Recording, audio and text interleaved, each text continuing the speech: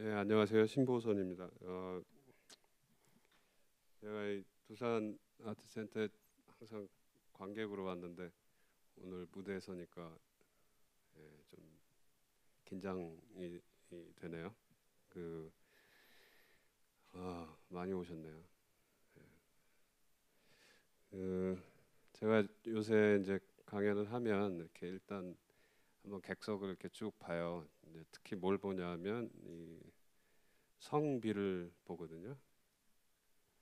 근데 이제 주로 이 문학이나 예술 쪽 관객들의 다수가 여성분들이세요. 예. 근데 오늘은 그리고 이제 남성분들이 간혹 계시는데 두 부류로 나눠요. 남성분들은 주로 여성분들과 같이 오거나 아니면 이제 남성분들끼리 오는 경우는 거의 없어요. 남성분들끼리 오는 경우에는 제가 이제 농담으로 업계 분이라고, 그러니까 같은 분야에 있는 분들이죠. 근데 오늘은 제가 보니까 남성 혼자 오신 분들도 보이고요. 눈에 띄고 남성분들끼리 오신 분들도 눈에 띄어서 예,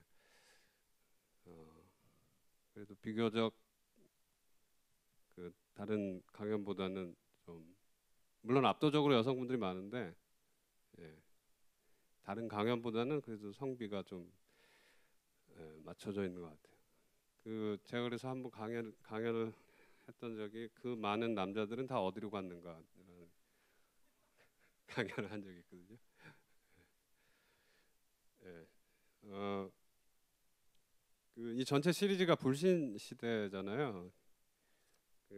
이제 사회학에서 제가 이제 사회학도 하는데 최근에 가장 중요한 연구 뭐 학자들의 연구 주제라 할까 이제 화두라 할까 하는 게 신뢰입니다. 신뢰.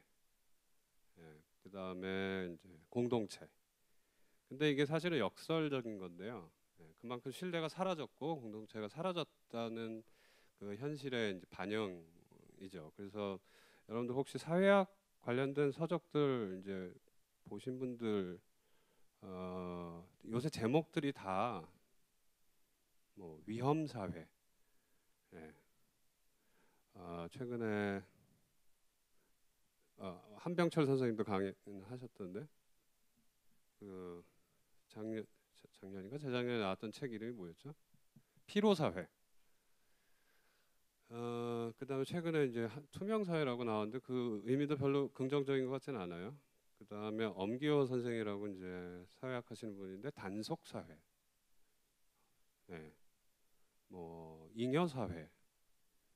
네. 그다음에 이제 제가 위험 사회 얘기했나요? 그 독일의 사회학자인데 위험 사회. 네. 하여튼 다 안 좋은 이제 그 의미입니다. 그런 이제 사회학이 워낙 좀 이 비관적이고 좀 부정적으로 사회를 바라보는데 뭐 그런 거에 반영이기도 하겠지만 예, 이제 신뢰가 파괴됐다, 공동체가 파괴됐다라고 하는 게 최근에 뭐 사회학뿐만이 아니라 뭐 여러분들도 잘 인지하고 계시는 그런 거겠죠. 사람과 사람 사이의 관계가 점점 삭막해지고 파괴되고 개별화되고 파편화되는 거죠. 그래서 이것을 어떻게 복구할 것인가, 사람과 사람 사이의 신뢰 그리고 공동체를 어떻게 좀 다시 잘 좀 만들어낼 것인가, 이것이 이제 큰 고민이죠. 그래서 이제 불신 시대도 그 고민을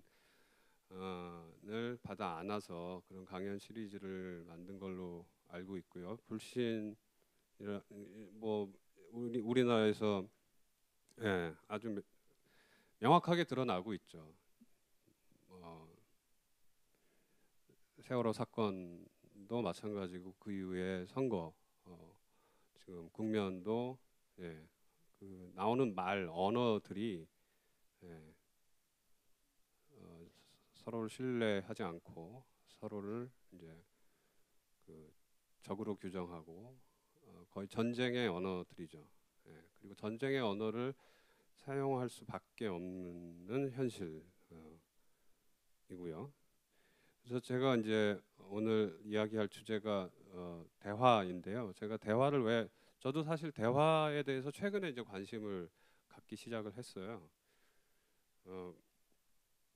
제가 볼 때는 그 신뢰라든지 공동체라든지 이런 그 것의 미시적인 가장 중요한 기초가 바로 이제 대화다라는 거죠. 예. 사람과 사람 사이의 만남, 상호작용, 관계를 만들어내는 가장 기본적인 그 기제, 메커니즘이 이제 대화를 통해서 이루어지는 거죠. 그래서 이제 오늘 대화에 대해서 이야기를 해보려고 하는데요. 제가 이제 대화의 예술이라고 했는데 대화도 이제 여러 종류의 대화가 있는 것 같아요. 여러분들은 예를 들어서 최근에 한번 각자 지금 속으로 한번 생각을 해보세요. 내가 누군가와 대화를 했는데 참 좋았다. 참 기억에 남는다. 오래 간다. 짧은 대화였는데 왠지 그날은 그리고 그날 이후에 뭔가 이렇게 좀 힘이 나는 것 같은 그런 대화가 있었나? 한번 생각을 해보세요. 혹은 과거와 비교해 보세요. 과거의 나의 친구, 뭐 연인, 동료, 가족과 어떤 대화를 나눴는데 그런 대화를 내가 지금도 나누고 있나? 그런 생각을 한번 각자 해보실 수 있을 것 같아요. 네. 어떠세요? 긍정적이세요? 부정적이세요?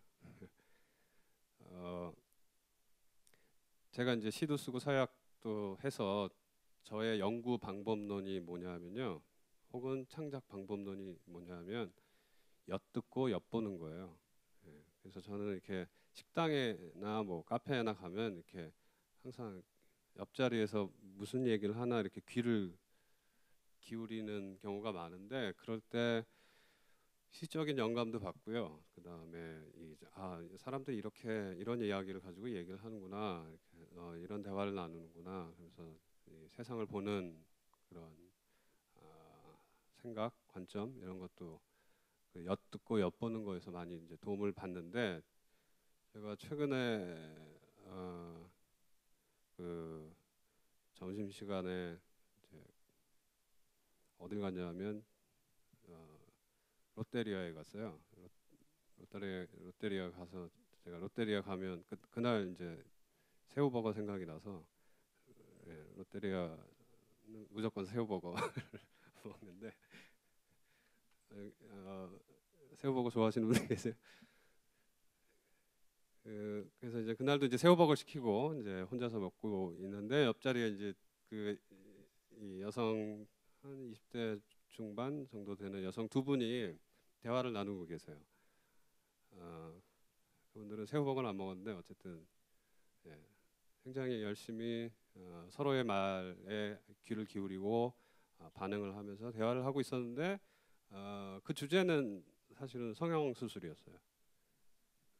성형수술이었는데 일단 저는 성형수술에 대해서 잘 모르니까 이제 듣기 시작했죠. 일단 정보적인 차원에서 흥미로웠어요. 수술을 하기 전에 이제 의사 선생님이랑 상담을 하는데 의사 선생님들이 이런 얘기를 하더라. 뭐는 하고 뭐는 하지 말라. 그리고 잘 기억은 안 나는데 어쨌든 제가 이렇게 유심히 들었어요. 꽤 오래 이야기를 하시더라고요. 그 다음에 일어나면서 이제 두 분이 한 분이 이렇게 얘기를 했어요. 아, 오랜만에 이런 이야기 하니까 정말 살 것 같다. 예. 정말 살 것 같다. 너무 좋다. 이런 얘기를 했어요. 그게 이제 뭘까? 뭐가 좋은 걸까? 성형수술 얘기해서 좋은 걸까? 아니면 주제는 성형수술이었지만 사실 그것과 상관없는 무언가가 그 대화를 생기 있게 즐겁게 그리고 또 나아가서 어, 그 지리멸렬한 일상, 반복되는 일상, 혹은 피곤한 노동 뭐 이런 것들로부터 뭔가 숨통을 틔워주는 그 대화 그 대화 안에 그런 어떤 것들이 있었을까 이런 생각을 하게 되는데요. 그러면서 제가 이제 생각을 좀 바꾸게 됐어요. 좋은 대화란 어쩌면 주제하고 상관없을지도 모르겠다. 그리고 우리가 좋은 대화 그러면 뭔가 고상한 대화, 뭔가 품격 있는 대화 이렇게 생각할 수 있잖아요. 예. 어, 제가 또 엿들은 대화 중에 별로 그 좋은 대화는 아니었던 것 같아요. 엘리베이터에서 엿들었는데 학생들이 이런 얘기를 했어요. 너 요새 인문학 서적 읽니? 이러더라고요. 다른 학생한테. 그랬더니 그 학생이 대답하길 응. 뭐 읽어? 그랬더니 민음사 이러더라고요. 인문학 서적 읽냐? 그랬더니 응, 민음사. 그랬더니 이제 무슨 책을 읽는지 뭐 책 내용은 얘기를 하네요. 그랬더니 그 친구 다른 친구가 뭐라냐? 민음사 좋지. 훌륭하지. 끝. 네. 네. 저도 재미없더라고요. 옆에서 듣는데. 어 그래 좋은 대화는 뭔가 다른 게 있다. 예, 그런 이제 생각을 하면서 제가 책도 읽고요. 사람들하고 얘기를 하고 그 다음에 제 시도 좀 다시 보게 됐어요. 그래서 오늘 강연은 전반부는 이제 좋은 대화에 대해서 얘기를 하고요.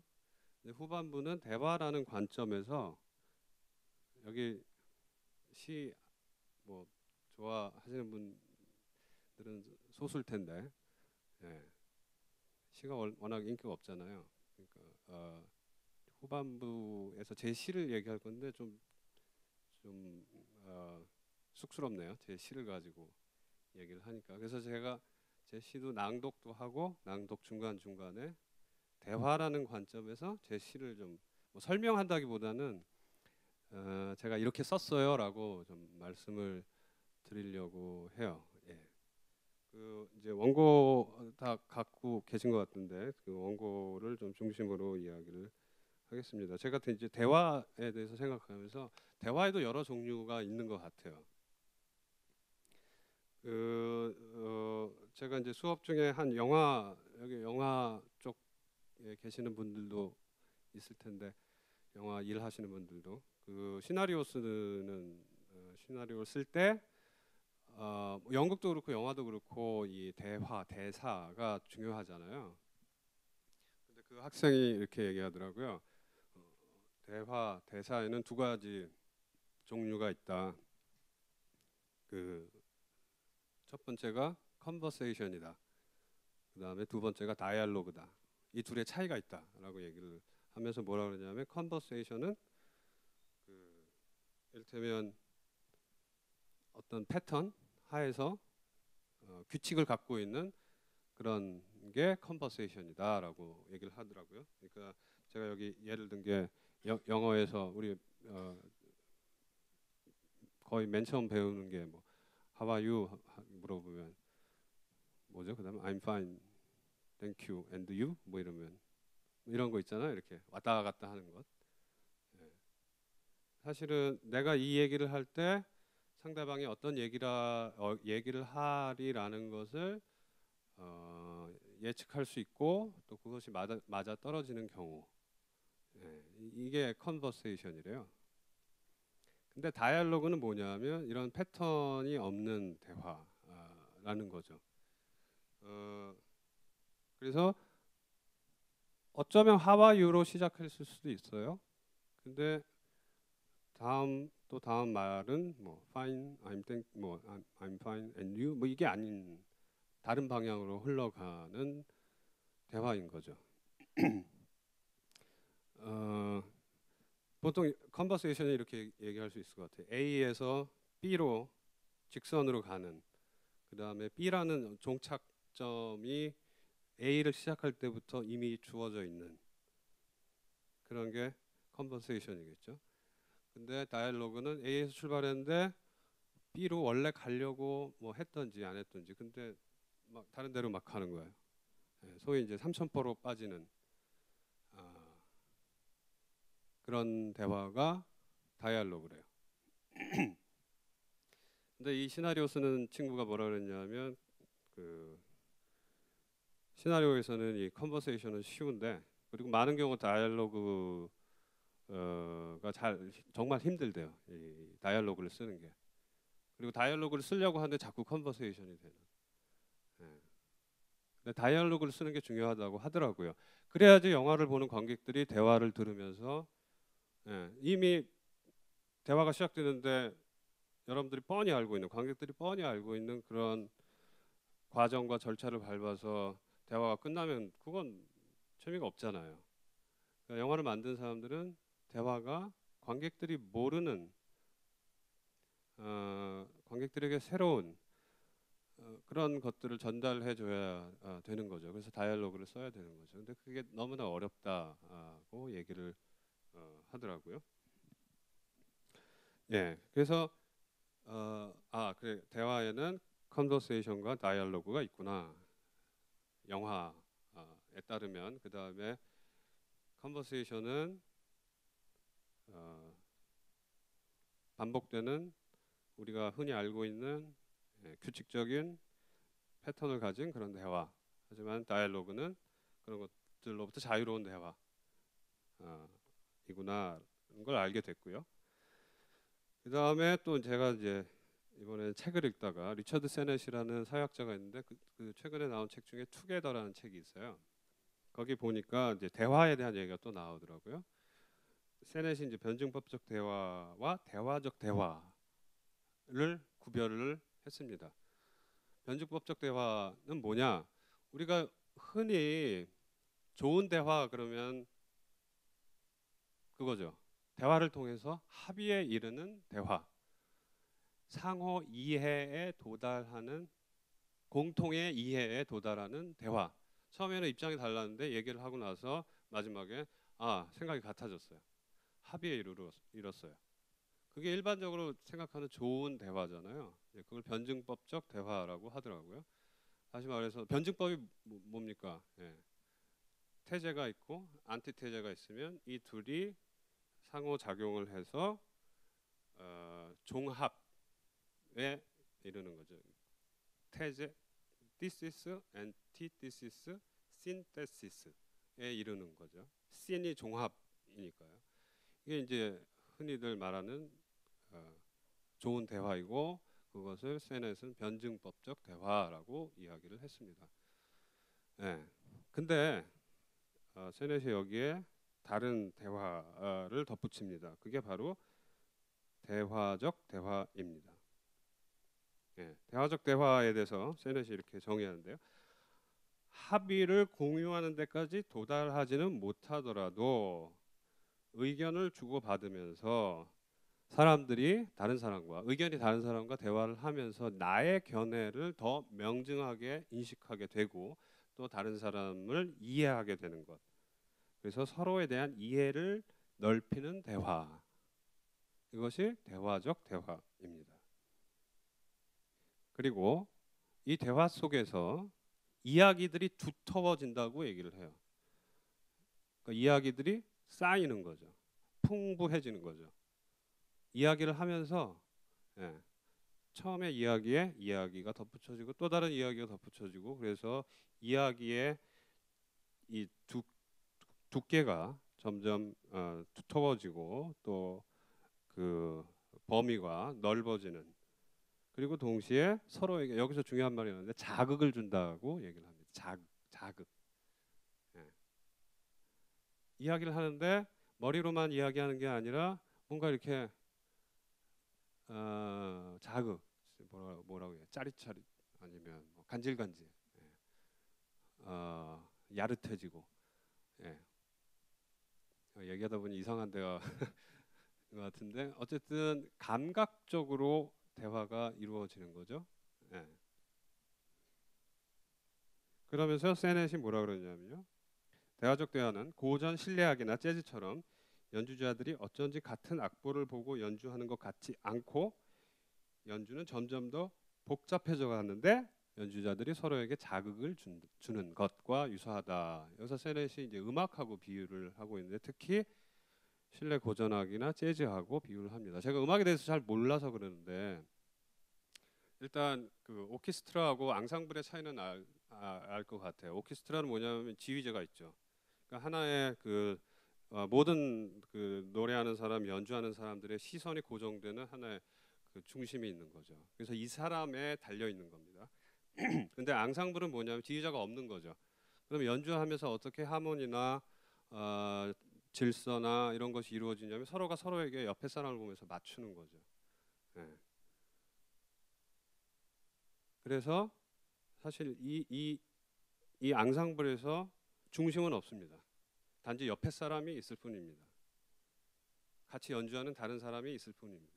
예. 이 사람은 나보다 우월하지도 않고, 그러니까 뭐 실력 차이는 있을 수 있겠죠. 그러니까 어떤 의미에서 우월하지 않냐면 전체의 음악을 끌고 가는, 나를 따르라 하는 그런 측면에서는 우월하지 않은 거죠. 서로가 서로의 음악에 귀 기울이고 소리에 귀 기울이고 맞춰가는 과정이겠죠. 여기서 서로 자극을 주고받는, 눈짓을 주고받고, 뭐 예를 들어서 뭐 고개를 끄덕인다든지 어떤 큐를 준다든지, 이를테면 재즈 같은 경우에 그렇겠죠. 이런 식의 대화가 대화적 대화라고 하더라고요. 어, 그래서 훨씬 더 자극이 많고 이야기가 풍부한 대화. 예. 이런 대화도 저한테는 매우 흥미롭게 들렸어요. 특히 음악과 이제 비교를 할 때. 그래서 제가 또 무슨 생각을 하게 됐냐면 취향에 대해서 생각을 해요. 여러분들 이제 취향 그러면 어, 특히 이제 문화예술 쪽에 이 취향은 너무나 중요한 주제죠. 너무나 중요한 나의 취향. 예. 근데 대화에서 취향이 어떻게 어, 등장하는지, 취향이라는 것이 등장했을 때 서로 어떻게 반응하는지 한번 생각을 해보세요. 그 예를 들어서 서로 이해가 서로 입장이 달라요. 예를 들어서 어떤 영화를 봤어요. 영화를 끝나고 얘기하는데 어떤 사람은 영화를 좋아하고 어떤 사람은 영화를 싫어해요. 그래서 이제 막 이야기를 하기 시작해요. 그런데 상호 이해, 합의에 도달하지 못해요. 여전히 영화를 어, 나는 싫어하고 상대방은 좋아해요. 근데 그럴 때 막 얘기하다가 이렇게 얘기해요. 알았어, 알았어. 내 취향이야. 예. 이때 취향은 뭐죠? 건드리지 말라. 예. 심지어 영화에 대한 얘기가 아니라 뭐 정치인에 대한 얘기예요. 얘기하다가 그 사람 좋아하는 건 내 취향이야. 취향이라는 말이 이때는 어떻게 등장하냐면 건드릴 수 없는 나의 영역 표시처럼 등장을 해요. 갑자기 취향이라는 말이 등장을 하면 여기 벽이 쭉 올라가요. 취향은 마치 건드려서는 안 될 그 사람의 고유한 신성 불가침의 뭔가 개성을 표현하는 그런 말 같아요. 그런데 취향이란 말이 사실은 또 어떤 게 또 등장하고 어떻게 작동하냐 대화 속에서 사실은 어떤 소망을 담고 있대요. 이건 제가 한 말이 아니라 칸트가 한 말인데 내가 좋아하는 것을 네가 좋아해라가 아니라 명령하는 게 아니라 어쩌면 너는 싫어할 수도 있지만 너의 생각은 나와 다를 수도 있지만 예, 너도 좋아했으면 좋겠어. 내가 좋아하는 것을 너도 좋아했으면 좋겠어라는 소망이 담겨 있는 게 취향이라고 합니다. 그렇기 때문에 여러분들이 연애를 하실 때 가장 중요한 것 중에 하나가 취향입니다. 영화를 보고 나올 때 첫 번째 데이트에서 영화를 보고 나올 때 이 영화를 나는 좋아하는데 이 사람도 좋아했으면 좋겠다라고 사실은 생각해요. 그래서 물어봐요. 영화 어땠어? 좋았어. 그러면 속으로 휴 다행이다 이래요. 싫어했어? 그럼 그때부터 어떡하지? 싫어한다. 그런 고민이 시작이 되는 거예요. 네. 다른 것보다도 취향, 물론 예를 들어서 정치적 의견, 입장이 다르다. 이것도 최근에 설문조사 보니까 정치적 의견, 입장이 다른 사람과 연애를 하겠냐? 60%가 노라고 했어요. 네.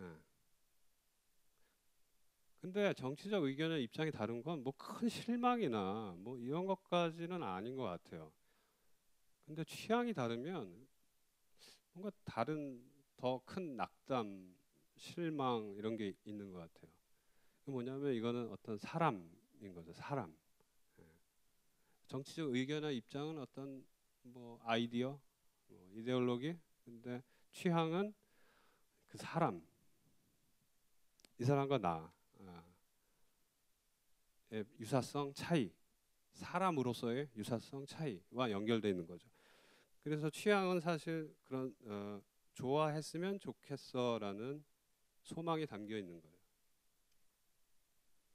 그래서 취향을 둘러싼 대화가 훨씬 더 예, 때로는 격렬하고요. 때로는 이렇게 생생하고 더 활기차고 서로 자극을 주고받는 경우가 많습니다. 좋은 의미에서 정치적 의견의 입장은 뭐 거의 뭐 너 죽고 나 죽고 이렇게 싸우는 경우가 많은데 예,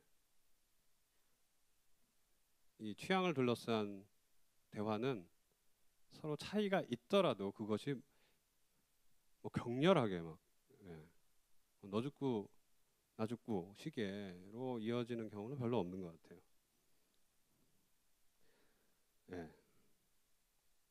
그래서 그 앞서 말씀드린 컨버세이션 또 변증법적 대화에 비유할 때 다이얼로그나 혹은 변증법적 아니 대화적 대화는 일관성이 없습니다. 그리고 예측 불가능합니다.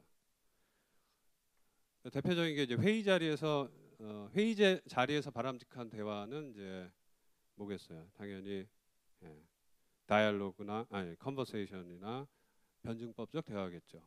회의는 어떤 뭔가를 끄집어내야 돼. 뭔가 뭐 달성을 해야 되잖아요. 예.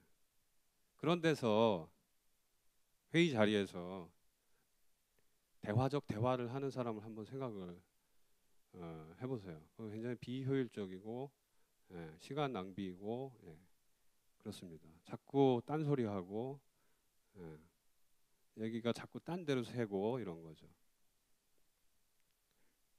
대화를 할 때 종종 이제 얘기를 하다가 그럴 경우 있잖아요. 원래 주제는 이 주제인데 자꾸 딴 얘기를 할 때 미안한데 그 이야기는 주제와 상관없는 대화입니다. 라고 얘기를 하는 자리들이 있죠. 예를 들어서 회의 자리나 뭐 TV 토론 같은 경우도요. 자꾸 딴 얘기로 가면 사회자가 통제를 하죠. 돌아오십시오. 예. 지금 우리는 A에서 B로 가야 됩니다. 자꾸 C로 가지 마세요 하고 하죠. 근데 일상적인 대화나 친구들이랑 얘기를 하는데 영화 얘기하다가 음악 얘기로 하는데 어떤 사람이 갑자기 미안한데 지금 우리 영화 얘기하고 있는데 자꾸 음악 얘기하지 말아라고 정색을 하고 통제를 하려고 들면 어떨 것 같아요? 예. 오히려 우리가 좋아하고 즐기는 대화는 사실 그런 거죠. 두서없고 딴 데로 빠지고 딴 데로 빠졌다가 돌아오기도 하고 안 돌아오기도 하고 예. 이야기에 이야기가 덧붙여지고 이런 대화들이죠. 이런 대화들이 훨씬 더 자극을 주는 대화이죠. 그리고 저는 이런 대화들이 어떻게 보면 예술과 유사성을 갖지 않나 이런 생각을 해봤습니다. 어떤 점에서 그러면 대화는 다양한 요인들이 서로 자유롭게 또 리드미컬하게 하지만 완전한 혼돈으로 무질서로 빠지지는 않으면서 또 그런 요인들이 조화를 이루고 상호작용을 하고 만들어가는 그런 과정 구조물이라는 점에서 예술과 유사하지 않나 라는 생각을 해봤습니다. 또 예술과 그러니까 예술적 과정과 이런 대화가 닮았기 때문에 우리에게 즐거움을 주고 자극을 주지 않나라는 생각을 해봤습니다. 그런데 실제로 제가 좋아하는 사회학자 중에 게오르그 짐멜이라고 있어요. 번역이 많이 되지는 않았는데 이 게오르그 짐멜이 그런 얘기를 했더라고요. 예. 이 양반이 쓴 20세기 초에 쓴 논문 중에 소시올로지 오브 소시어빌리티라는 논문이 있어요. 소시어빌리티를 굳이 번역을 하면 사교 뭐 이런 건데 사교의 사회학 뭐 이런 거죠. 이 양반이 사교에 대해서 이렇게 얘기를 합니다. 사교는 예술의 놀이와 유사하다. 예술의 놀이와 유사하다. 예술 혹은 놀이와 유사하다. 거기에는 뭐가 있느냐? 쫓고 쫓기기, 속이기, 육체적이고 또 동시에 심리적인 어떤 힘 이런 것을 서로 탐닉하기, 또 경쟁도 하고 때로는 운에 의존하기도 하고 이런 것들이 왜 재밌느냐? 이렇게 얘기를 합니다. 인생의 진지함을 결정짓는 소위 리얼리티, 실체로부터 우리를 자유롭게 해준다. 그럼으로써 즐거움 그리고 중요성 이런 것들을 획득하고 그럼으로써 평범한 여가, 소위 시간 죽이기와 구별된다라고 얘기를 합니다. 네.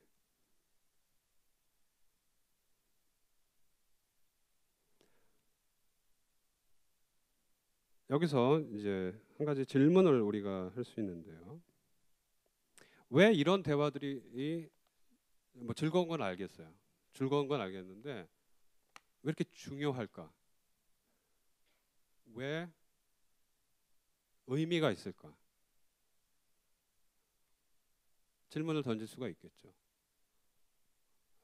자극을 주고 즐겁고 뭐 놀이 같고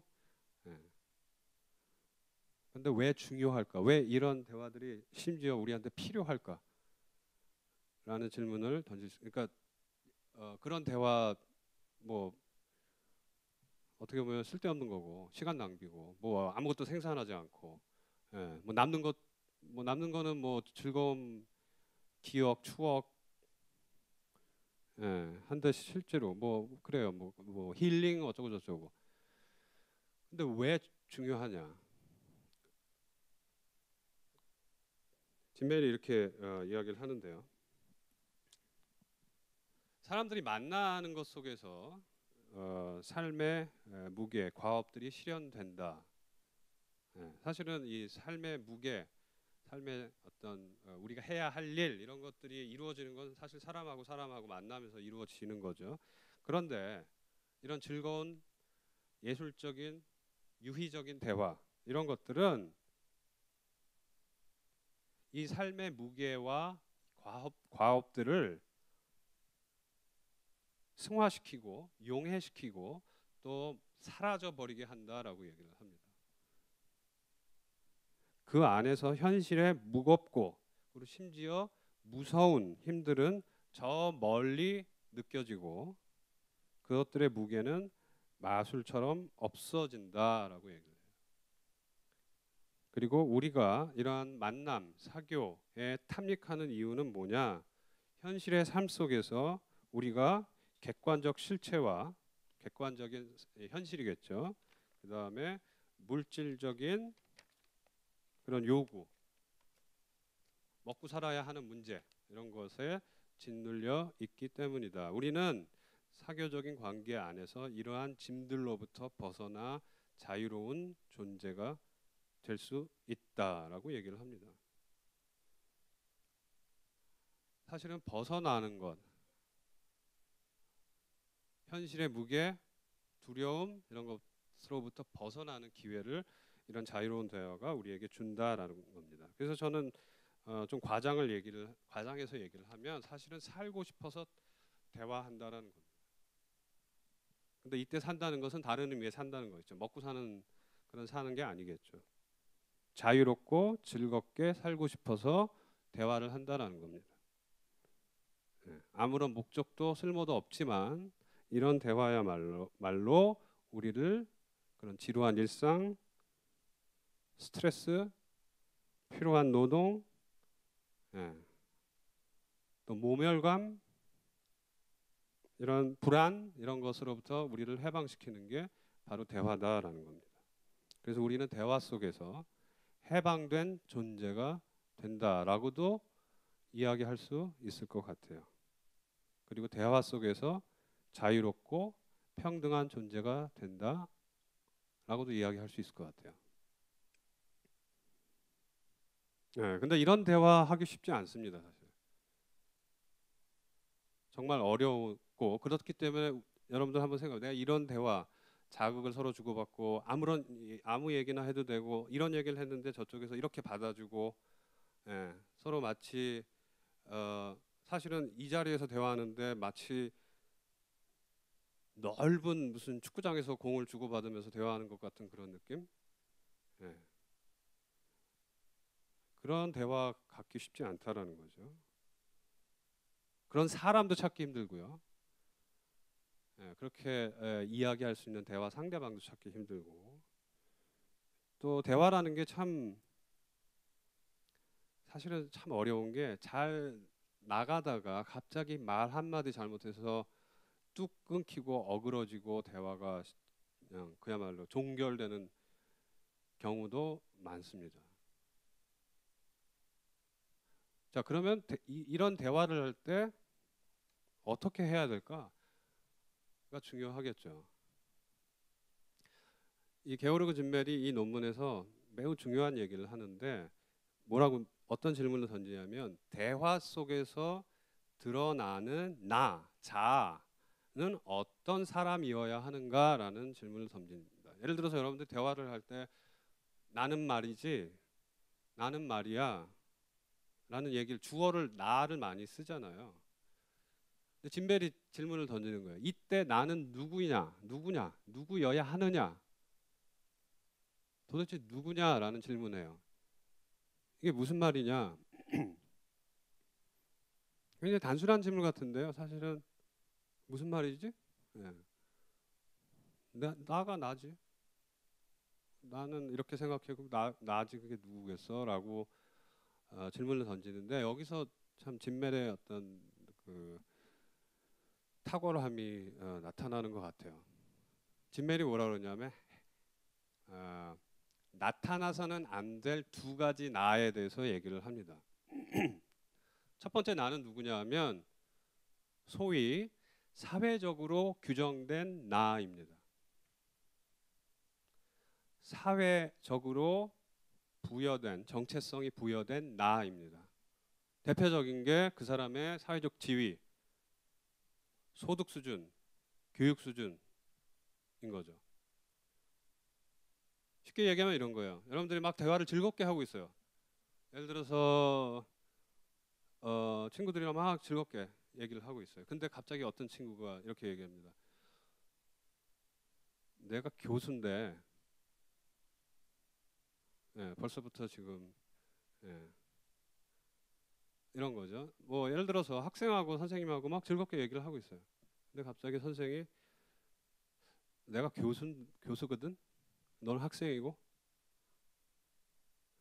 갑자기 그런 얘기를 한다고 해봐요. 그다음부터 대화가 어떻게 될까요? 아 그래 나 학생이지. 아 맞다. 학생으로서 해야 할 말이 있고 안 할 말이 있는데 나의 어떤 말이 저 사람의 심기를 거슬렸을까? 뭐 이런 생각을 하게 되는 거죠. 그래서 진멜이 절대로 자신의 사회적 지위, 외적인 대화 바깥에서 내가 가지고 있는 나에게 부여된 그런 지위나 정체성을 대화 안으로 끌어들어오지 마라. 그런 순간 대화는 실패한다라고 얘기를 하고 있는 거예요. 다시 말해서 외적인, 객관적인 나겠죠. 두 번째. 근데 여기서 또 거꾸로 이런 얘기를 해요. 진멜이. 주관적인 나 또한 드러내지 마라라고 얘기를 해요. 내면의 나를 그러니까 좀 아까 얘기한 거는 바깥에서 가지고 오지 마라. 그 다음에 두 번째는 안에서 끄집어내지 마라. 무슨 얘기인지 아시겠어요? 대화를 할 때 이를테면 아까 그 부정적인 의미에서의 취향이겠죠. 내 거야라고 이건 나야라고 표현하는 거겠죠. 나는 어떤 사람이다 라는 것을 대화 속에 끄집어내는 거죠.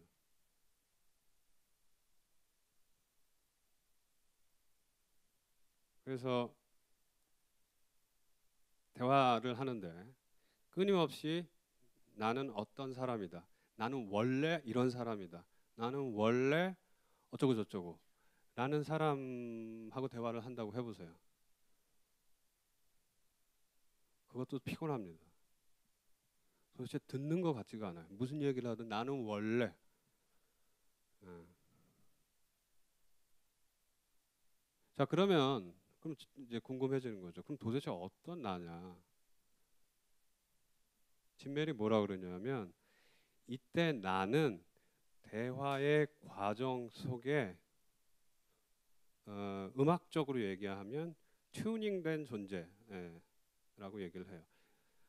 이때 나는 나의 기쁨이 타인의 기쁨 혹은 말하는 대화에 참여하는 사람들의 기쁨과 연결이 돼 있는 거예요. 그래서 내가 기쁠 때 타인이 기쁘지 않으면 안 돼요.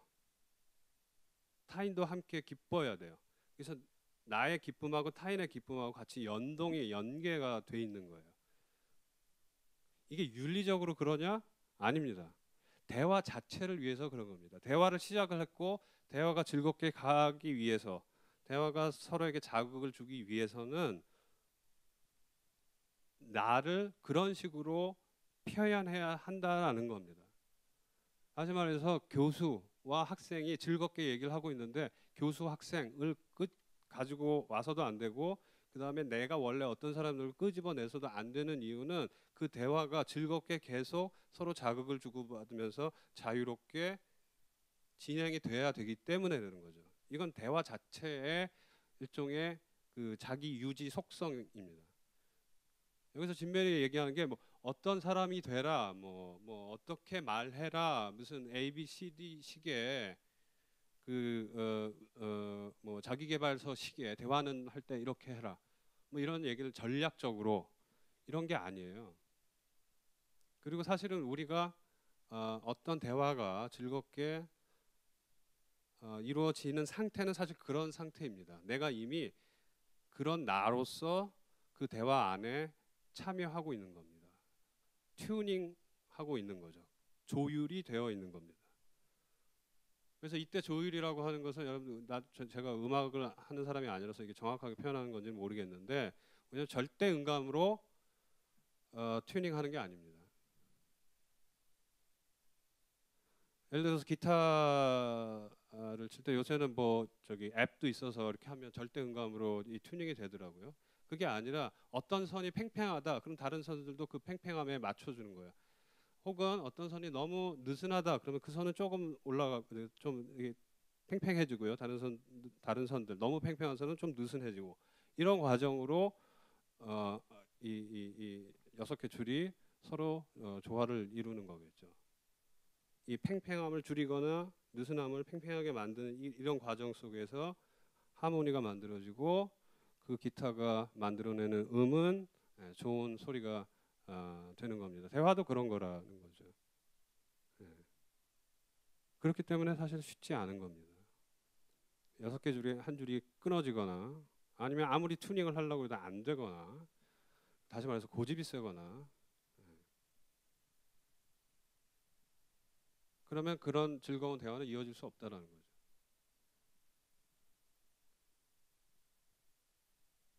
그리고 가장 중요한 전제는요. 사실 뭐냐면 이 모든 것들 중에 가장 중요한 전제는 사람이 말을 하는데 귀 기울여야 한다라는 겁니다. 그리고 사람이 말을 하면 그것에 적극적으로 내가 말을 또 해야 된다라는 겁니다. 다시 말해서 귀를 기울이고 또 말을 해야 한다라는 거죠. 사실 컨버세이션 아까 말씀드린 컨버세이션은 들을 필요 없어요. 딱 그냥 그 사람의 말은 그저 하나의 신호일 뿐이에요. 내가 다음 신호를 주면 되는 거예요. 이미 규칙이 있고 약속이 있기 때문에 어차피 그렇게 진행되기 때문에 사실 들을 필요도 없어요. 여기 혹시 저기 뭐 사회학이나 인류학 하시는 분들 계실지도 모르는데 공부하시는 분들 이제 소위 인터뷰라는 걸 합니다. 인터뷰를 할 때 질문을 딱 준비해 가요. 그리고 요새는 아이폰 뭐 아니면 뭐 스마트폰 이거 녹음할 수 있어요. 그래가지고 어떻게 하냐면 딱 들고 가서 인터뷰이가 앞에 앉아 있습니다. 저는 인터뷰어입니다. 첫 번째 질문, 예. 본인 소개를 해주세요. 그럼 얘기를 해요. 어차피 녹음하고 있기 때문에 안 들어도 상관없어요. 두 번째 질문. 예. 자, 예술에 대해서 어떻게 생각하십니까? 또 막 얘기를 해요. 이제 세 번째 질문 언제 하지? 너무 긴데 언제 자르지? 뭐 어차피 녹음하니까 어차피 나중에 녹음해서 풀면 되니까. 자, 그러면 대화 인터뷰가 잘 될까요? 앞에 말하는 사람이 이미 알고 있어요. 저 사람이 내 말을 듣고 있나 안 듣고 있나. 저 사람 지금 딴 데 보고 있네. 저 사람 지금 그러니까 이 시선이나 이 표정이나 이미 알고 있습니다. 내 말을 듣고 있는지 안 듣고 있는지. 그럼 얘기할 맛이 안 나는 거죠. 그리고 재미있는 인터뷰는 제가 1번부터 10번까지 가져왔는데 1번에서 얘기를 시작했는데 지금 2번 질문해야 되는데 자꾸 1과 2 사이에 1-1, 1-2, 1-3이 계속 나오는 거예요. 네.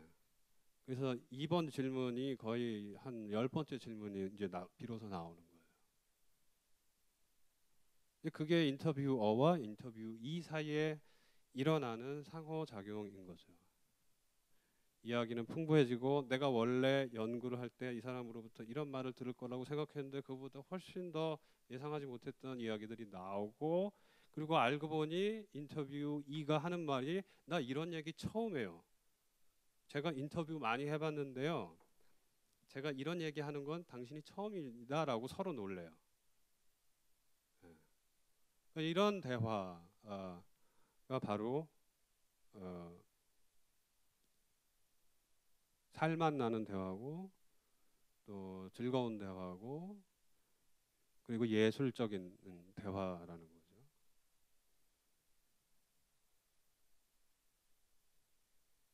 예. 그래서 제가 지금까지 즐겁고 자유롭고 평등한 대화. 제가 평등한 대화 이 부분을 빼먹었는데요. 아까 제가 말씀드렸 진메리 이야기한 사회적 지위를 가지고 오지 마라. 너무 그 주관적인 개성을 과시하지 마라.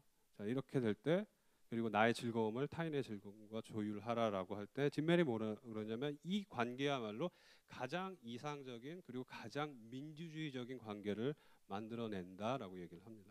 저는 이 말이 너무 흥미로웠는데 여기서 민주주의가 갑자기 나옵니다. 우리가 보통 민주주의 하면 이렇게 얘기를 하죠. 공정한 어떤 것. 뭐 예를 들어서 민주주의적인 대화라 그러면 여러분들 어떻게 생각하세요? 자, 한 사람이 너무 말을 얘기합니다. 잠깐만요. 저 사람도 얘기할 기회를 주겠습니다. 자, 이제부터 모든 사람이 똑같이 5분씩 얘기를 합니다. 이게 일반적으로 민주주의적인 대화라고 사람들이 생각을 해요. 예. 똑같이 말할 기회를 갖는 것, 똑같은 시간을 주는 것, 모든 사람들의 그 의견이나 이런 것이 카운트되는 것, 고려되는 것, 회의록에 똑같이 들어가는 것, 뭐 이런 것이 일반적으로 민주주의적인 대화라고 생각을 하는데 진 메리 이야기하는 건 그런 민주주의가 아닌 거예요. 사람이 얘기를 양쪽으로 뭐 조금 하건 적게 하건 그 서로 주고받는 자극이 동등한 것. 네가 기쁘다, 나도 기쁘다. 그리고 모두 함께 기쁘다. 대화하는 사람들이. 이게 바로 민주주의적인 대화인 거죠. 그리고 이런 대화를 할 때 네가 교수냐, 내가 학생이냐, 뭐 네가 원래 어떤 사람이냐 여기 하등 중요하지 않은 것. 오로지 그 대화의 자리에서 내가 나타나는 것. 그리고 내가 표현되는 것. 그리고 너도 마찬가지로 그런 것. 그렇게 관계를 맺는 것. 그 대화 속에서 우리가 함께 어떤 이야기들을 만들어내는 것. 그것을 같이 공유하는 것. 이것이 민주주의적인 대화라는 것이죠. 진 메리 이야기하는. 저는 이 생각을 이제 거꾸로 예술에 한번 적용시켜 볼까 하는데요. 만약에 대화가 이런 즐거운 대화가 예술적이라면 예술 또한 그 안에 어떤 대화를 품고 있는 것은 아닐까 이런 생각을 하게 됐습니다. 다시 말해서 예술 또한 이렇게 즐겁고 자유롭고 평등한 대화가 이루어지는 장소나 사건이 아니겠는가라는 생각을 해봤어요. 그리고 저는 특히 그 중에서 시를 쓰는 사람이니까 시가 그런 장소나 사건이 아닐까. 시는 내가 쓰지만 창작의 주체는 나지만 사실 그 안에서 대화가 이루어지고 있는 것 아닐까? 나와 나 아닌 사람의 시가 그런 장소나 사건이 아닐까라고 생각을 해봤고 그런 생각을 적극적으로 해봤고 그리고 제 시를 한번 다시 보게 됐습니다. 그래서 제가 이제부터 쑥스러운 시간이 시작이 됩니다. 제 시에 대해서 좀 이야기를 몇몇 시들 이런 아이디어가 잘 적용될 수 있는 잘 표현될 수 있는 그런 시들을 보여드릴게요. 그 파워포인트 좀 켜주시겠어요?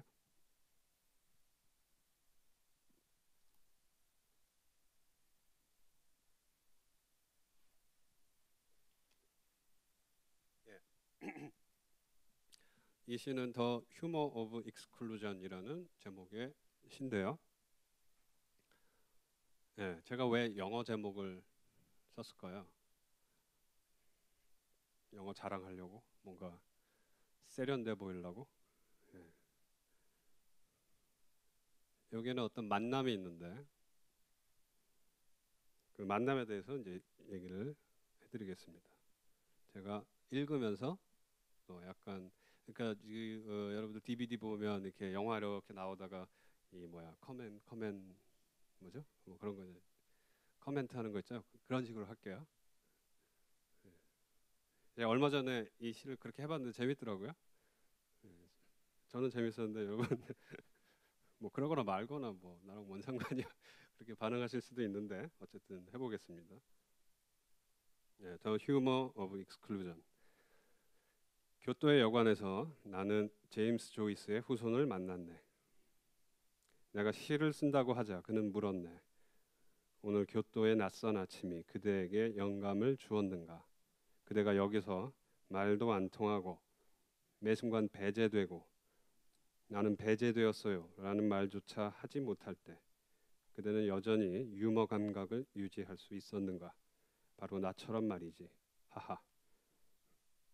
제가 교토에 여행을 갔는데요. 왜 갔냐? 그때 이제 문학과 사회라는 그 문학 잡지가 있는데 예, 시 마감이 이제 닥쳐오고 있는데 제가 일을 하느라고 예, 시는 써야 되는데 이 시를 쓸 시간은 없고 그래가지고 처음으로 그래 한번 나도 글 쓰러 뭐 어디 도망가 보자 이래가지고 그리고 그것도 한번 해외로 가보자 그래가지고 과감하게 제가 교토로 처음으로 혼자서 여행을 갔어요. 제가 여행 별로 안 좋아하거든요. 게을러가지고. 근데 처음으로 혼자서 간 거예요. 혼자. 맨날 친구들이 같이 가자 그러면 그래 이러고 따라갔는데 처음으로 혼자서 여행을 갔어요. 근데 이제 어, 그 교토에 가가지고 이제 가장 싼 뭐 여인숙 같은 데죠 뭐. 근데 이제 약간 여행자들을 위한 여인숙 같은 데에 방을 잡았는데 그게 교토에 이제 여관인데 거기서 어떤 그 아일랜드 노동자를 만났어요. 그 사람의 이름은 마크 조이스예요. 이 마크 조이스는 굉장히 특이한 사람이었습니다. 일단 밖에 안 나가요. 여행을 왔는데 술만 마시고 그리고 담배 피고 그 다음에 그 여관집 아줌마랑 친해가지고 같이 밥 먹고 수다 떨고 그러고 있더라고요. 그래서 제가 이 사람은 왜 안 나가지? 뭐 여관집 아줌마랑 친척인가? 근데 아일랜드 사람이 일본 사람하고 뭐 별별 온갖 상상을 다 하고 있는 차에 어쩔 수 없이 말을 하게 대화를 트게 됐던 이유가 서로 담배를 피는 거예요. 그 여관에서 유일하게 담배 피는 두 사람이 저하고 이 아일랜드 노동자였어요. 이 사람 철광 노동자라고 그러더라고요. 그러면서 얘기를 이제 며칠은 그냥 맨날 담배 피는데 옆에 와요. 근데 둘이 이러고 담배 펴요. 근데 그것도 하루 이틀이고 한두 번이죠. 계속 그러는데 그러다 어느 날 이제 Hi, how are you? 막 이런 식으로 예, 말을 트게 됐죠. 그때부터 얘기를 하게 됐습니다. 그래서 어떻게 하다 제가 시인이라고 얘기를 했어요. 그랬더니 너 시인이냐? 이러더니 자기 얘기를 하기 시작하는데 이 사람은 노동자인데 알고 봤더니 아일랜드에는 그 인디 밴드가 굉장히 많대요. 그래서 자기는 자기 동네에서 꽤 유명한 인디 밴드의 기타리스트다라고 얘기를 하고 그 다음에 내 이름 마크 조이스, 제임스 조이스의 후손이다. 그래서 제임스 조이스 후손? 우와 뭐 이러고 율리시즈 뭐 유노 뭐 이러고 그리고 또 자기는 SF 소설 매니아다 이야기를 해줬어요. 이제 그래서 얘기를 하다가 저한테 문득 그러는 거예요. 너 시인이라며 이러면서 너 근데 여기서 일본어도 못하고 그런데 시적 영감을 받냐라는 질문을 저한테 하더라고요. 일본어도 못하고 완전히 배제되었는데 아주 껄렁껄렁 대면서 저한테 이렇게 얘기를 했습니다. 사실 미스터 조이스는 술 주정뱅이였던 거라네. 교토에 술 마시러 왔나 싶을 정도로 나만 보면 술이나 같이 마시자고 모든 작가는 애죽어가고 모든 위대한 작가는 알코올 중독자라고 내가 마감을 핑계대면 fuck deadline, come on, let's have a drink. 예. 시인이 술 마신다.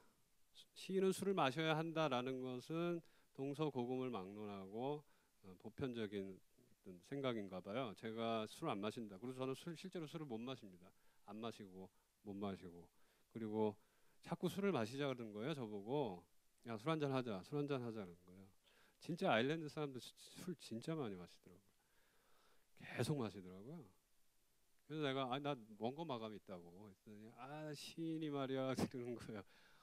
술을 안 마신다고. 예. 제가 한국에서도 술 안 마신다 그러면 시인이 말이야. 그런데 여행 가서도 술 안 마신다 시인이 말이야. 예, 똑같더라고요. 그렇게 저한테 면박을 줬습니다. 사실 미스터 조이스는 심심했던 거라네. 같이 담배나 말아 피면서 같이 계속 담배 폈죠. 그리고 자신이 얼마나 옆방의 시끄러운 프랑스인들을 혐오하는지, 자신이 얼마나 옆 나라의 거만한 영국인들을 증오하는지 내게 토로하고 싶었던 거라네. 알기나 해. 조이스의 언어는 영국 놈들의 말에 저항하기 위해 고안됐던 거라고. 의식의 흐름이라고. bullshit. 여기에는 그 친구하고 저하고 실제로 나눈 대화도 있고 제가 지어낸 것도 있습니다. 근데 이제 실제로 나눈 대화는 이런 겁니다. 정말 싫어하더라고요. 소위 그 관광객들을 너무 싫어하는 거예요. 예. 그래서 이런 교토에 고도에 와가지고 관광이랍시고 쇼핑하듯이 참 한심한 것들 뭐 이렇게 얘기를 해서, 사실 저도 옆방에 그리고 이렇게 시끄러운 그 관광객들이 많아가지고 친해진 계기 중에 하나는 서로 욕하면서, 다른 방에 있는 투숙객들 욕하면서 친해졌어요. 그래서 그 원래 그런 거 있잖아요. 같은 대상을 싫어하면 갑자기 동맹 관계가 만들어지는. 근데 이제 아일랜드 사람이라서 이제 영국 사람 되게 싫어하더라고요. 사실 미스터 조이스는 허풍선이었던 거라네. 이 세상의 조이스들은 다 친척이라 떠버리며 그는 제임스 조이스의 식구를 읊어댔네. 이건 진짜였어요. 제임스 조이스의 식구를 막 읊어요. 모르죠. 제가 제임스 조이스의 시를 모르니까. 진짜인지 아닌지. 그것도 막 아이리시 그 액센트가 막 장난 아니에요. 예. 그는 심지어 자기가 썼다는 시도 읊어댔네. 이것도 진짜예요. 갑자기 자기 시를 들려주더라고요. 이 구절이 특히 아름답지. 잘 들어보라고. 이 기막힌 운율에 귀 기울여 보라고. 아이리시 어쩌고 저쩌고. 나는 하나도 못 알아먹었네. 예. 제가 이렇게 맞장구를 잘 쳐주나 봐요. 그리고 또 시인이라고 하니까 그 자기가 나름 문학적 취향이 있다라는 걸 저한테 보여줬던 것 같아요. 여기서 이제 중요한 얘기가 나오는데, 사실 미스터 조이스는 외로웠던 가라네. 그는 내게 속삭이듯 말했네. The humor of exclusion. 다음에 쓸 자네의 시 제목이라네. 이 제목으로 마음대로 쓰시게. 내가 줬다고 밝힐 필요도 없다네. 이건 내가 자네에게 주는 특별한 선물이니까. 미스터 조이스는 내게 찡긋 윙크를 던졌네. 이건 진짜예요. 저한테 The Humor of Exclusion 제목을 선물로 주겠다. 저한테 줬어요. 그리고 시를 써라.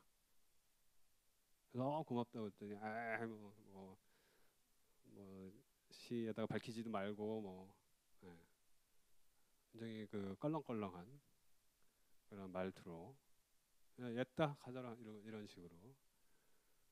그리고 이 대화가 끝나고, 그리고 저는 이제 알았다고 했는데, 그때만 해도 제가 설마 이 제목 가지고 시를 쓰랴라고 생각을 이렇게 생각해서 설마 쓸까? 그런데 제 방에 들어가서 컴퓨터를 딱 켜는 순간 써볼까? 하면서 이 시를 쓴 거예요. 정말 휘리릭 썼어요. 한 30분 만에 썼어요. 그 대화 자극받은 상태에서 제가 이 시를 쓴 거예요. 그리고 이제 막 거짓말도 섞어가면서 이건 거짓말인데 사실 미스터 조이스는 슬펐던 거라네. 그는 사뭇 진지한 어투로 말했네. 이건 거짓말. 한 번도 진지한 어투로 말한 적 없어요. 모든 죽은 아이리시는 두 개의 관이 필요하다네. 하나는 육신을 담고 다른 하나는 눈물을 담을. 하지만 제기랄 둘 중 하나는 꼭 너무 일찍 채워지지. 이런 말 안 했어요. 이렇게 멋있는 말 안 했어요. 하지만 그런 건 있었어요. 아이리시라는 민족의 어떤 서글픔 이런 게 느껴졌어요. 그 친구의 말이나 그 친구의 태도나 그런 거에서 이 친구가 이제 그 여관에서 항상 해먹더라고요. 근데 매끼 해먹을 때마다 감자국을 해먹더라고요. 근데 이 아일랜드 민족과 감자의 이 관계에 대해서 아세요? 그 시네드 오코너라는 가수가 노래 가사에다 이렇게 썼어요. 아일랜드 민족은 감자만 먹도록 운명 지어졌다라고. 랩으로. 네. 그 다음에 칼 마르크스가 비슷한 얘기를 했어요. 감자 먹는 아일랜드 민족, 세계에서 가장 가난한 노동자 계급의 나라, 뭐 이런 식으로 썼어요. 그래서 감자는 아일랜드 민족한테, 물론 우리도 그렇죠. 그 구황식물인가 뭐 그런 거잖아요. 근데 아일랜드 민족은 감자만, 우리는 고구마도 있고 뭐 감자만 먹더라고요.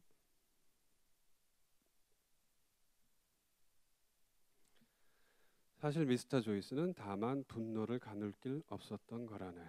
네, 항상 화가 나 있는 것 같았어요. 욕도 많이 하고. 밤마다 자전거 타고 술 마시러 나간 미스터 조이스가 돌아올 때는 소리만 듣고도 알 수 있었네. 골목 어귀부터 들려오는 fuck, fuck, fuck. 누구나 알아듣는 그 말.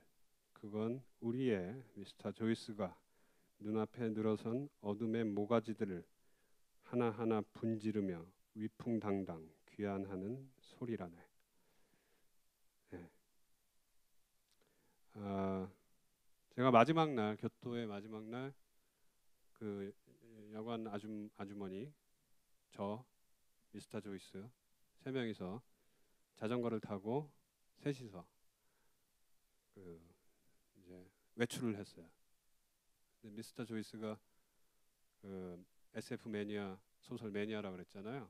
교토에서 유일하게 영어책을 파는 서점에 저를 데려가더니 책을 하나 사주더라고요.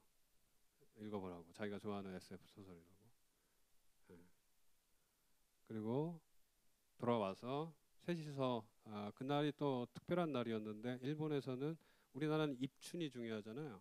근데 일본에서는 입춘 전날인 그거를 절분인가 절분, 분기가 나눠지는 날, 계절이 나눠지고, 그래서 그날이 입춘처럼 중요한 날인가 봐요. 그래가지고 일본 사람들은 그날 초밥을 먹고, 그 다음에 또 한국 사람들처럼 이렇게 액을 쫓는, 고시래 고시래 하는 걸, 그 여관집 그 아이들이 여관 앞에서 고시래 고시래 뭐라고 일본 말로 하면서 뭘 뿌리더라고요. 콩 같은 거를.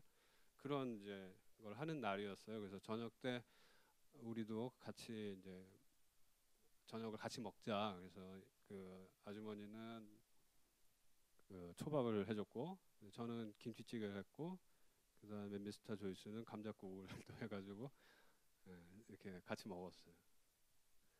그랬던 기억이 있습니다. 그리고 아, 자, 그러면 제가 이 대화를 미스터 조이스하고 나누고 시도 썼는데, 그 이후에 미스터 조이스와 저와의 관계는 어땠을까요? 이메일을 주고 받았어요. 갔다 온 다음에 정말 둘 다 단 한 번도 서로에게 이메일을 하지 않았어요. 뭐 그런 거 이메일로 그럴 수 있잖아요. 잘 지냈냐? 뭐, 너 덕분에 내가 좋은 시를 썼고 발표했다. 뭐, 고맙다. 내가 언젠가 아일랜드에 가면 연락하마. 뭐 keep in touch 뭐 이런 거. 예, 둘다 그러기에는, 그 사람은 너무나, 사실은 정말 어떻게 보면 사나이예요. 그 사람은 사나이. 쿨한 척하고 껄렁껄렁하고 술 마시고. 근데 저는 또 그냥 소심한 거죠. 그래서 뭐 헤어질 때는 뭐 그래 잘 가고 뭐잘 살고 시 열심히 쓰고, 뭐 이메일 주고 받았으니까 뭐 연락하자. 단 한 번도 오늘까지 단 한 번도 연락을 안 했어요. 이메일은 아직 있는데. 예. 그럼에도 저는 그 대화가, 한 일주일 동안 그 친구하고, 그 친구 만나러 교토 간 것 같아요. 예. 시 쓰고 그 친구 다른 건 기억 안 나요. 그, 그 아주머니와 아이들. 예. 그래서 그런 대화 속에서 시가 이렇게 나왔습니다. 만약에 변증법적 대화거나 컨버세이션이라면 이런 시가 나왔을까 싶어요. 예, 예의 바른 그 친구는 단 한 번도 한국은 뭐 어떤 나라니 뭐 저한테 물어 마치 나는 너의 나라에 관심이 있고 뭐 한국에 대해서 궁금하고 뭐 이런 거 있잖아요. 저도 뭐 아일랜드는 뭐 음악이 굉장히 훌륭한 뭐 거기에 훌륭한 음악가들도 있고 예술가도 있다던데 뭐 이런 얘기 안 했어요. 그냥 여관 안에서 쟤 시끄러 죽겠어 막 이러고 뭐 그런 얘기 했지. 예.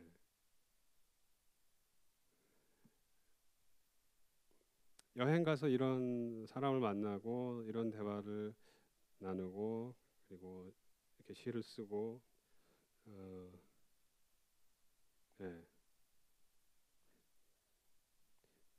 이런 사건과 이런 만남이 있다면 저는 참 여행은 좋은 것 같아요. 자, 그 다음에 제가 이제 어떤 그 실험을 이건 일종의 제가 했던 실험인데요. 어떻게 했냐면 다른 사람의 쓴 시에서 그 사람한테 부탁을 해서 시를 골라달라. 단어들을 골라달라. 그래서 저한테 그 단어를 줍니다. 그럼 저는 그 단어로 시를 씁니다. 그리고 저는 제 시에서 단어들을 그 사람에게 줍니다. 그리고 그 사람은 시를 씁니다. 단어를 교환해봤어요. 단어를 교환해서 시를 쓰는 실험을 해봤어요. 누구랑 했냐면 진은영 시인하고 했고요. 진은영 시인한테 제가 단어 좀 빌려달라고 그랬더니 저한테 단어를 줬는데 그 단어들이 여기 보면 36개의 단어를 저한테 줬어요. 그리고 저는 이거 가지고 시를 썼어야 했어요. 그게 서로 지키기로 한 거였어요. 일종의 최소의 그 규칙. 최소 규칙은 뭐냐? 단어를 주고 받는다. 그 단어를 가지고 시를 쓴다. 근데 어떤 시를 쓰건 뭐 어떻게 쓰건 상관없다. 그래서 이 단어들을 줬어요. 근데 단어를 받았는데 이를테면 제가 안 쓰는 단어들, 비평가 이런 말 안 쓰고요. 촌충, 칙, 이런 말 안 쓰거든요. 저 국숫가락, 알파벳. 그리고 제일 제가 좀 솔직히 말해서 짜증났던 게 웨일즈하고 스코틀랜드를 줬어요. 야, 이거 가지고 시를 써야 된다. 이건 저의 취향이 아니에요. 예, 제가 좋아하는 단어들도 아니고, 근데 친구가 줬어요. 그리고 그걸 가지고 써야 돼요. 그래 한번 써보자 이러고 이제 시를 쓰기 시작한 거예요.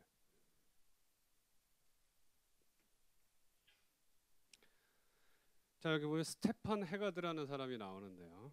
제가 이 사람을 아는 사람이냐? 아는 사람이 아니에요.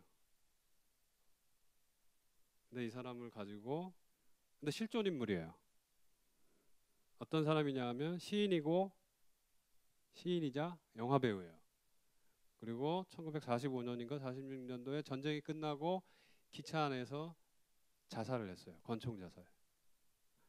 요절한 무명 시인이에요. 자, 아까 그 단어들에서 이 시가 나왔어요. 그리고 제가 생각해도 신기해요. 어떻게 이런 시가 나왔는지. 제가 읽어드릴게요. 스테판 헤가드의 죽음. 전쟁이 끝난 지 한참이 지났건만 그는 오늘도 죽음에 대해 생각한다. 제가 아까 보여드린 단어들이 이제 중간중간 나오는데요. 제가 어떻게 썼는지 한번 보세요.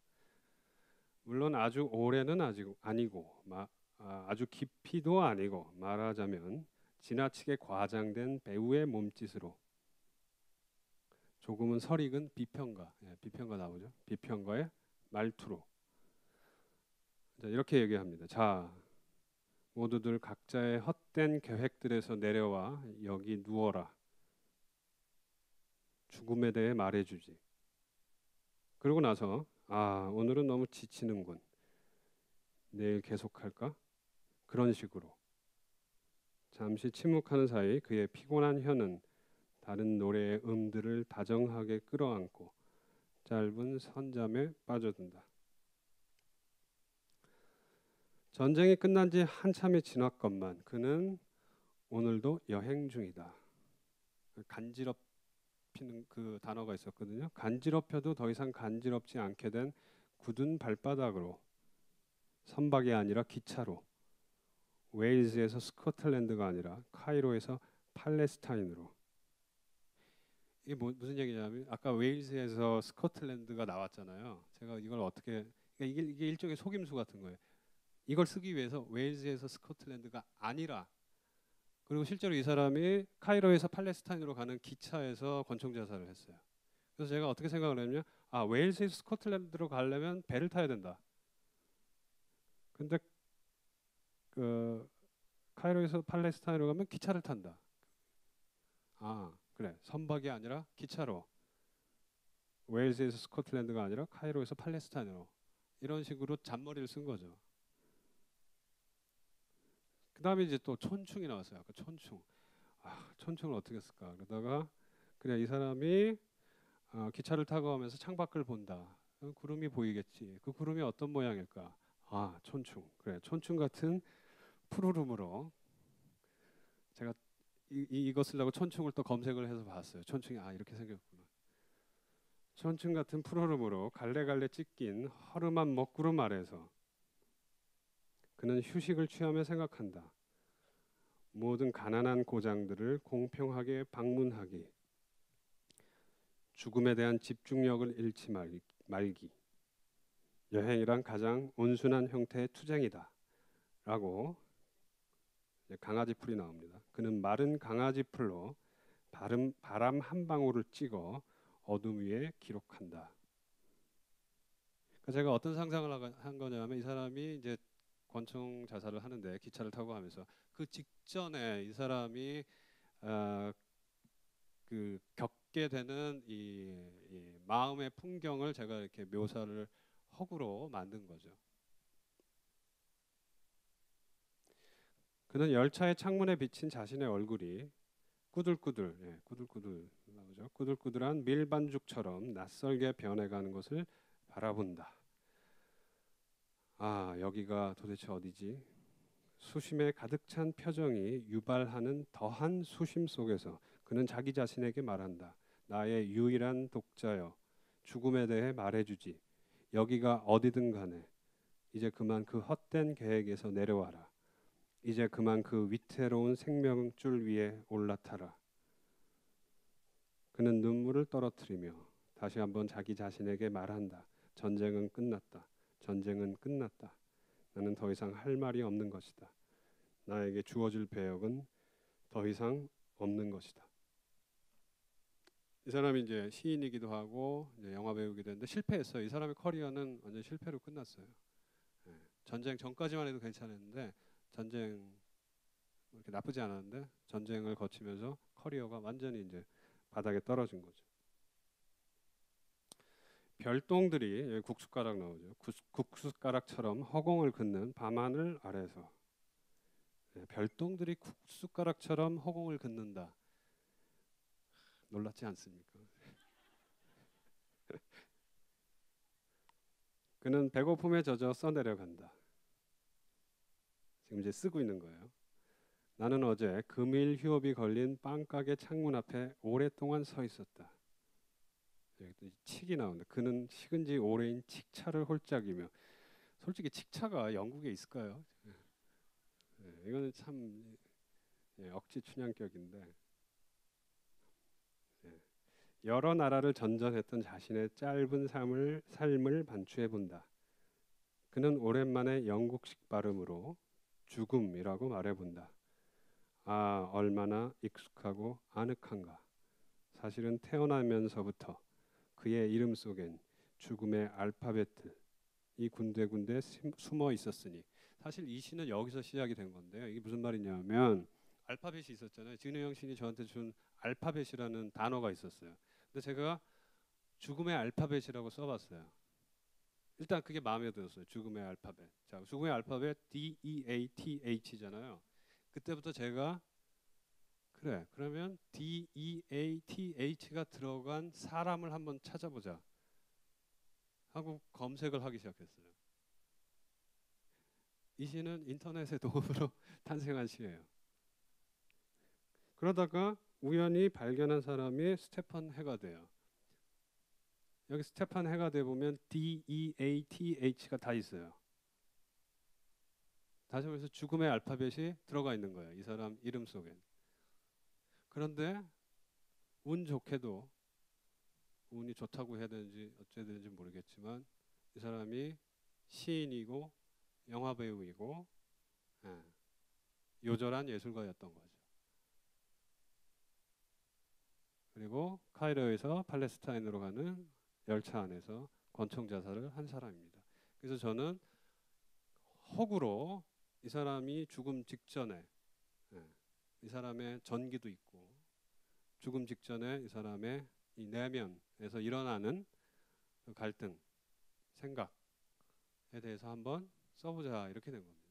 그렇게 해서 이 시가 쓰여진 겁니다. 어찌됐든 전쟁은 끝났다. 그는 눈물을 떨어뜨리며 좀 전에 썼던 문장을 급하게 지운다. 그리고 그는 지체 없이 자신의 머리에 대고 피스톨의 방아쇠를 당긴다. 선박이 아니라 기차 안에서, 웨일즈에서 스코틀랜드가 아니라 카이로에서 팔레스타인으로 가는 길 위에서 그의 정수리에는 총탄 구멍이 뚫린다. 그렇게 전쟁은 끝났다. 이제 아무리 노력해도 그는 전쟁에 대한 두툼한 아까 보고서 있었죠. 보고서를 완성하지 못할 것이다. 죽음에 대한 시 한 줄 쓸 수 없을 것이다. 심지어 그 비참한 진실에 대해서도 그는 더 이상 아무런 감흥을 느낄 수 없을 것이다. 네. 진원영 시인하고 저하고 이렇게 단어를 몇 번 주고 받았어요. 진원영 시인도 그러니까 제 취향의 단어인 거죠. 제가 단어를 골라서 줄 때 일종의 단어를 교환한 건데요. 약간은 그런 것도 있었어요. 골탕 먹이고 싶은 기분? 네. 아마 진은영 시인도 저한테 이 웨일즈하고 스코틀랜드를 줄 때 약간 그런 기분이 아니었을까? 네. 한번 이거 갖고 써봐라, 뭐 이런 거. 한편으로는 기대. 네. 내 취향인데 너도 좋아했으면 좋겠어라는 아까 말씀드린 그런 취향. 그렇게 해서 시를 서로 이제 썼던 거죠. 그래서 둘 다 시집에 그 제가 준 단어들로 진은영 시인이 시를 써서 시집에 실었고요. 저도 시집에 이 시를 실었던 거죠. 제가 이런 시를 그리고 이 시는 정말 어떻게 보면 우연히 탄생한 게 알파벳을 안 줬잖아요. 진은영 시인이 36개 단어 중에 알파벳을 안 줬다. 알파벳을 안 줬다 그러면 저는 스테판 해가들을 찾지를 못했어요.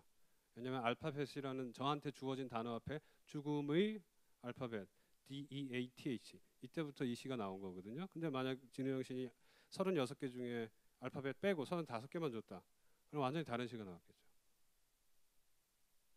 이게 재밌는 거죠. 예. 알파벳을 뺐으면 완전히 다른 시가 나오고 이 시, 이 허구의 이야기는 탄생하지 않았던 거죠. 그러니까 대화라는 게 어떻게 보면 그런 거예요. 만약에 내가 이 말을 안 했으면 삼천포로 쫙 빠졌는데 우리의 대화가 내가 이 말을 안 했으면 안 빠질 수도 있고요. 아니면 다른 방향으로 쫙 빠질 수도 있고요. 그런 거죠. 완전히 그러니까 예측 불가능한 거죠. 그래서 이런 좀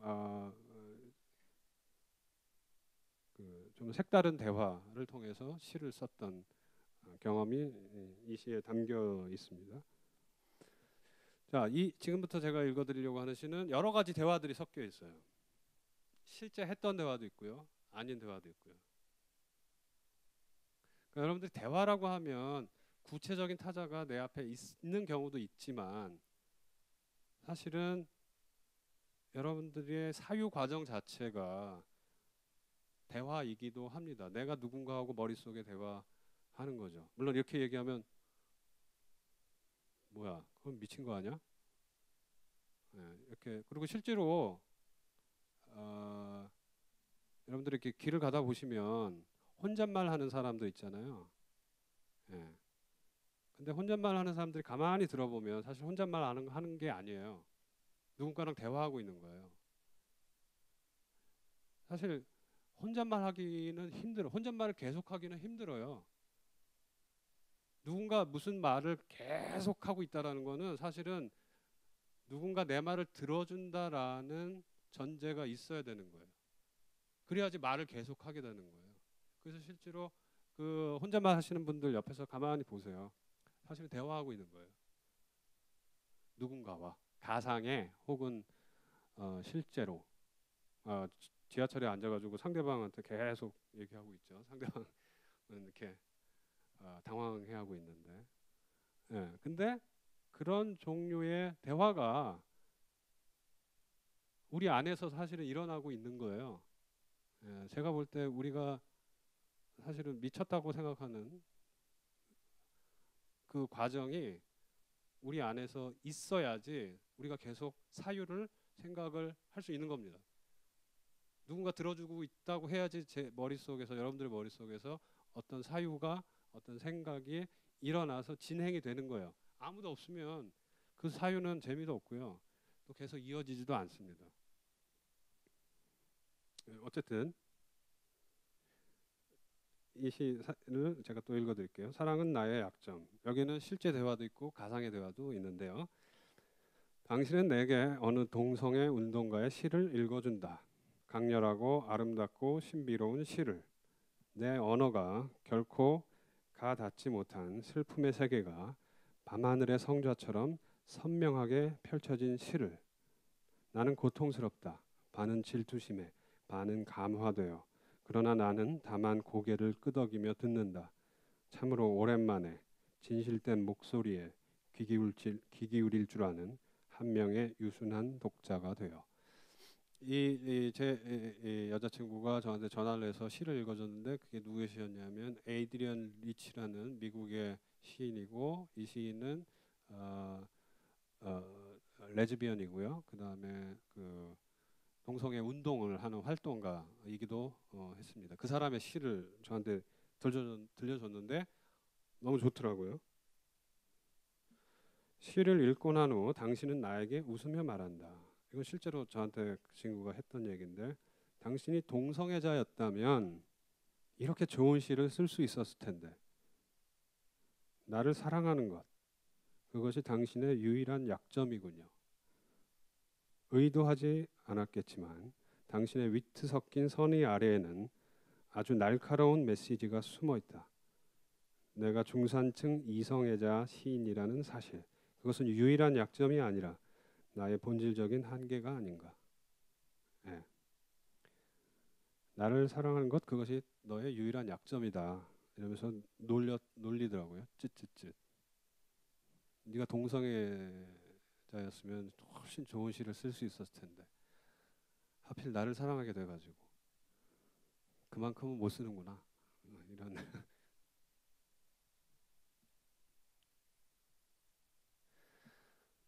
자, 이건 실제로 제가 받은 두 통의 전화에 대한 이야기입니다. 나는 오늘 두 통의 전화를 받았다. 한 사람은 말했다. 축하합니다. 당신의 시가 올해의 좋은 시로 뽑혔습니다. 내일까지 수상 소감을 보내주세요. 사실 이 시가 어떤 시냐면 제 두 번째 시집에 인중을 긁적거리며라는 시가 있어요. 그 시가 어느 날 전화가 왔는데 올해의 좋은 시로 뽑혔대요. 그러면서 내일까지 수상 소감을 보내달라 이렇게 얘기를 하더라고요. 예. 그리고 또 다른 전화가 왔어요. 다른 사람은 말했다. 아쉽지만 당신의 시는 대중 집회 장소에서 읽기는 다소 어렵군요. 내일까지 소통이 좀 더 용이한 시를 보내주시겠어요? 두 사람은 같은 시에 대해 이야기한 것이었다. 이 사람은 누구냐 하면 이제 송경동 시인이라고, 아시는 분은 아시겠지만 그 2000 몇 년도냐? 희망버스가 가물가물하네요. 희망버스 때 이제 부산에 그 김진숙 위원이 고공농성을 하고 있었어요. 그때 이제 희망버스가 몇 회 왔다 갔다 했는데 그때 이제 저보고 두 번째 희망버스 때 이제 가자 그래서 같이 가게 됐어요. 같이 갔는데 저한테 시를 써달래요. 그것도 10,000명 정도의 군중 앞에서 읽을 시를. 제가 10,000명 정도의 군중 앞에서 시를 읽어본 적이 없어요. 그리고 시를 써달래요.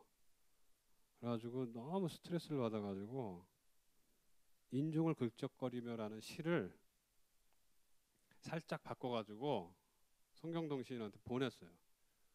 그랬더니 송 선배가 저한테 전화를 해서 매우 미안한 말투로 이 시는 좋긴 좋은데 조금 사람들이 이해하기 어려울 것 같은데 뭐 더구나 선전선동하는 시인데 그래가지고 알았다고 그러고 예, 시를 새로 썼어요.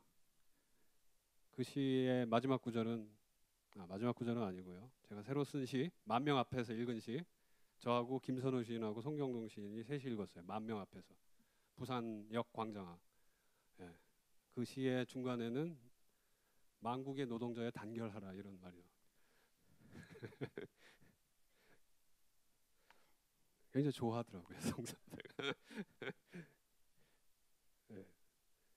나는 두 사람의 말을 따를 수밖에 없다. 내일까지 아주 문학적인 수상 소감문 하나와 아주 대중적인 시 한 편을 보내야 할 것이다.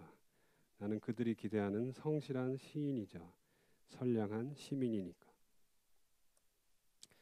그런데 당신에게 말하지 않은 것이 있다. 여기서 당신은 이제 여자친구죠. 그 시에서 나는 당신에게 청혼을 했다. 내가 한 줄기 따스한 입김을 후 당신의 귀에 불어넣자 당신은 활짝 웃으며 좋아요 하고 수락했다. 나는 언젠가 당신에게 지극히 평범하고 직설적인 말로 말하자면 전혀 시적이지 않은 기껏해야 두 문장 정도로 이루어진 말로 청혼을 할 생각이다. 나는 안다. 전혀 시적이지 않은 그 두 문장이 내 인생의 행복과 불행을 결정지을 것이다. 또 하나 당신에게 말하지 않은 것이 있다. 당신이 시를 읽는 동안 나는 우연히 창밖으로 한 노인이 지나가는 것을 보았다. 그는 쪽동백 나무 아래로 아주 천천히 걸어가면서 질질 끄는 기괴한 발걸음으로 떨어진 꽃잎들이 아름답게 수놓은 길을 갈기갈기 찢어 놓았다. 그 노인과 나는 눈이 마주쳤다. 아니다. 사실 마주치지 않았다. 그 노인은 내게 하나의 이미지였다. 내가 대변할 수 없는 세계로부터 던져진 잿빛 가죽 포대였다. 그 노인이 나와 눈이 마주쳤더라면 단 1초만 마주쳤더라면 나는 이렇게 썼을 텐데. 자, 이건 거짓말입니다. 그냥 계속 전화하고 있었는데 이건 일종의 픽션인데 제가 창밖을 보는데 한 노인이 쪽동백 나무 아래로 걸어갑니다. 그리고 그 노인과 눈이 마주칩니다. 근데 그것도 거짓말이에요. 아니 마주치지 않았다. 그러면서 제가 이제 쓰는 다음 구절이 뭐냐면 마주쳤더라면 나랑 그 노인은 이런 대화를 나눴을 텐데 하는 얘기입니다. 이제 그 가상의 노인, 그러니까 가상의 노인인데 가상의 노인 자체가 가상이고 예, 마주친 것도 마주치지 않은 것도 가상인 거죠. 그러므로 그러니까 이게 약간 이 트위스트가 있는 거예요. 마주쳤더라면 이런 대화를 나눴을 텐데 그는 내게 말하는 듯했다. 시인이여 노래해달라. 누구나 짐작할 수 있는 나의 머지않은 죽음이 아니라 누구도 모르는 나의 일생에 대해 나의 슬픈 사랑과 아픈 좌절에 대해 그러나 내가 희망을 버리지 않았음에 대해 모든 것을 극복하고 생존하여 바로 오늘 쪽동백 나무 아래에서 당신과 우연히 눈이 마주쳤음에 대해 나는 너무 많은 기억들을 어깨 위에 짊어지고 있는데 어찌하여 그 안에는 단 하나의 선율도 흐르지 않는가. 창가에 서 있는 시인이여, 나에 대해 노래해달라. 나의 지친 그림자가 다른 그림자들에게는 없는 독특한 강점을 지녔노라고 제발 노래해달라. 제가 눈이 마주쳤더라면 그 노인이 나한테 이런 얘기를 하는 거죠. 나에 대해 노래해달라. 나에 대해 노래해달라. 당신이 시를 다 읽고 났을 때 노인은 이미 사라지고 없었다. 나는 당신에게 웃으며 말한다. 정말 좋은 시군요. 질투심을 느낄 정도로. 당신이 이야기한 나의 유일한 약점, 당신을 사랑하는 것은 어쩔 도리가 없네요. 그런데 내 사랑, 오늘은 내가 할 일이 너무 많군요. 내일까지 당장 2편의 글을 마감해야 해요. 네. 자, 여기서 이제 가상의 대화를 내가 이 노인과 그 실제 대화도 있고요. 전화 통화가 한 3통화 있었나요? 여자친구와의 통화, 그 올해의 시로 뽑힌 그 통화, 그 다음에 송경동 시인과의 통화, 그 다음에 또 가상의 대화. 자, 이 가상의 대화에 대해서 제가 쓰고 나서 이런 생각을 했어요. 이 노인은 도대체 누구냐? 존재하지 않았는데 나하고 대화를 나눈 이 가상의 노인은 도대체 누구냐? 누굴까요, 진짜? 그러니까 예를 들어서 이런 거예요. 제가 유학 갔을 때 제일 스트레스 받는 게 영어였거든요. 영어를 너무 못하죠, 당연히. How are you? I'm fine. 뭐 이런 것만 나오는데 다른 대화를 못 하겠는 거예요. 하고 싶은데. 그래서 하도 스트레스를 이제 받는데 어느 날 꿈을 꿨는데 이 꿈에 3사람이 등장을 했어요. 3사람이 대화를 해요. 한 사람은 저처럼 영어를 너무 못해요. 2번째 사람은 영어를 중간 정도 해요. 3번째 사람은 거의 네이티브 수준으로 해요. 그래서 제가 꿈속에서 그 영어 잘하는 사람을 되게 부러워해요. 아, 저 사람 영어 되게 잘한다. 부럽다. 나도 저런 만큼 했으면. 꿈을 깼어요. 그래서 생각했어요. 3명이 등장했는데 다 내 꿈속에 등장했다. 그럼 셋 다 나 아닌가? 그럼 나도 영어 잘하는 건가? 그래, 잘할 수 있겠구나. 그런 생각을 했던 거죠. 나의 분신이잖아. 결국 영어 잘하는 사람도. 자, 그건 꿈이니까. 어쨌든 사실은 꿈속에서 셋 다 영어를 못했어요, 사실은. 근데 꿈에서 잘한다고 생각한 거죠. 네. 자기 기만이었던 거죠. 근데 이 사람은 도대체 누구냐? 라는 생각을 하게 되는 거예요. 나의 분신인가? 여러분들도 그렇게 생각하세요? 나의 분신이다? 어차피 내가 하는 말을 이 사람이 대신한 거다? 여기서 창작의, 예술 창작의 아주 중요한 비밀이자 본질이 여기 있는데요. 이를테면 건 소설도 마찬가지고 연극도 마찬가지고 영화도 마찬가지고, 자, 이건 캐릭터에 대한 건데요. 제가 캐릭터를 만들었어요. 그런데 만약 이 캐릭터가 나의 분신이라면, 다시 말해서 예를 들어서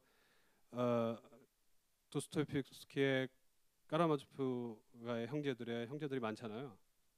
이 사람이 도스토옙스키의 분신들이에요, 다. 그러면 사실은 다 같은 말을 하고 있는 거예요. 단지 달리 표현할 따름이에요. 그러면 그 우리가 알고 있는 도스토옙스키의 그 소설이 그렇게 탄생했을까? 사실은 하나의 세계관이나 하나의 캐릭터 안에서 그냥 분신들일까? 그게 아니라는 거죠. 만약 그렇게 되면 제가 볼 때 그 창작은 그저 독백에 불과한 겁니다. 결국은 독백이에요. 그냥 내가 이렇게 나눠줘서 나의 말을 얘가 하고 나의 말을 얘가 할 뿐이에요. 그건 결과적으로 보면 대화 같지만 사실은 독백이에요. 자, 문학에서 제가 어떤 캐릭터를 만들었을 때 그 다음부터 이 사람이 이제 말을 하기 시작합니다. 그때 나는 어떤 말을 이 사람이 하게끔 해야 하냐 하면 사실은 역설적으로 내가 할 수 없는 말을 하게 해야 돼요. 내 생각이 아닌 생각을 하게 해야 돼요. 그래야지 이 사람은 하나의 캐릭터로서 혹은 이 시 안에서 하나의 말로서 하나의 이미지로서 생명력을 얻게 되는 거예요. 그걸 어떻게 하느냐가 관건이겠죠. 사실은 내가 쓰는 건데. 네. 그게 창작자들의 딜레마고 어려움이고 하지만 그게 제일 재밌는 거죠. 왜냐하면 이 사람이 말을 했는데 제가 쓰고 나서 깜짝 놀라는 거예요. 내가 이런 생각을 하다니. 내가 이런 말을 하다니. 인 거죠.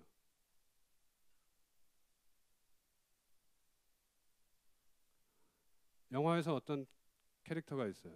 이 사람이 말을 하기 시작을 해요. 시나리오를 쓰는 사람이 이 사람이 말을 하게 해야 될 거 아니에요. 예. 그 사람이 생명력을 얻으려면 내 생각엔 시나리오를 쓰는 그 작가의 세계관이나 개성이나 이런 것들을 넘어서는 뭔가를 해야 돼요.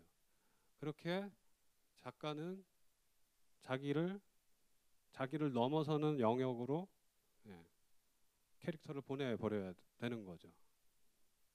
그리고 그래야지 그 다음부터 얘기를 하는 겁니다. 그래서 저는 노인을 만들고 노인을 내가 아닌 사람으로 내가 아닌 영역으로 보내버리고 쪽동백 나무 아래로 지나가게 하고 그리고 얘기를 하는 거죠.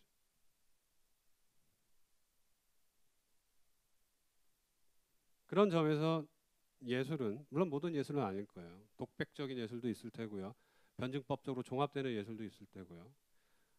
근데 어떤 예술은 그런 의미에서 대화입니다. 그리고 사실 이 얘기는 제가 새롭게 하는 얘기가 아니라 미하일 바흐친이 도스토옙스키의 소설을 분석할 때 적용하는 그런 개념입니다.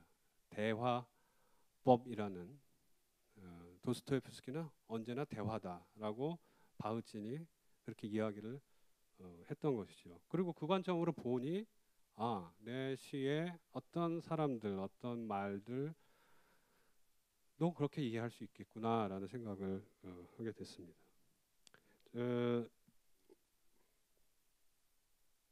몇 시까지죠? 네? 9시 반이요? 9시 뭐? 40분? 그러면 제가 이거 잠깐 보여드리고 그 다음에 Q&A로 넘어갈게요. 말로만 하니까 좀 지루하실 테고 해서 제가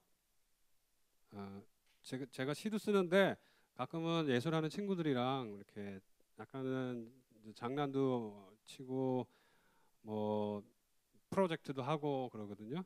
예. 그 결과로 나온 웹사이트인데요. 그걸 하나 보여드릴게요. 어떻게 해요?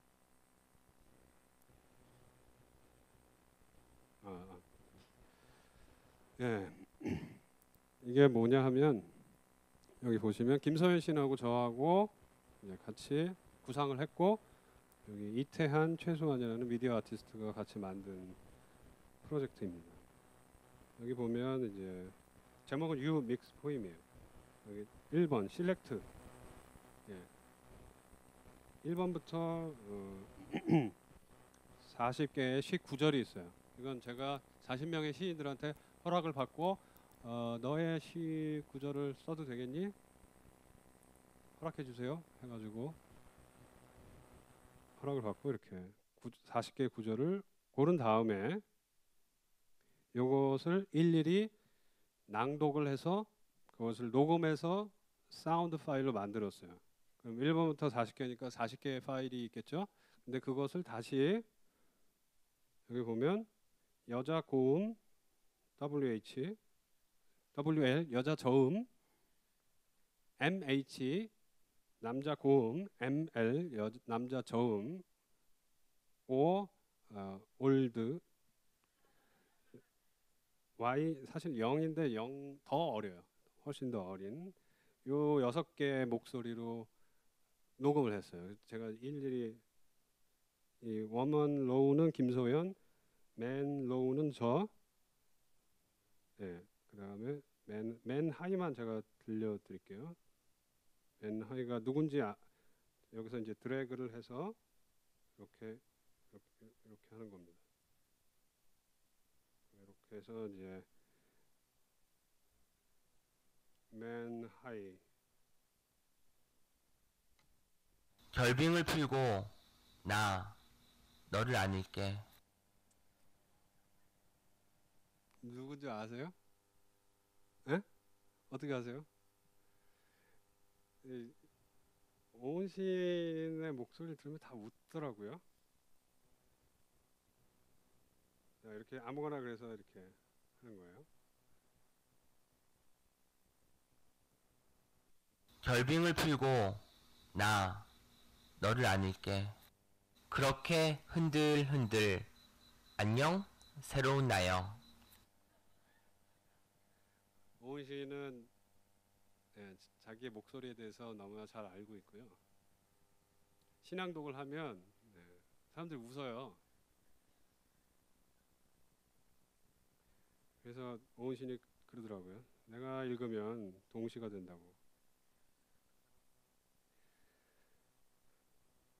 그래서 이렇게 믹스를 한 다음에 그 다음에 이제 하나만 더 해볼까요? 이렇게 세 개를 한 다음에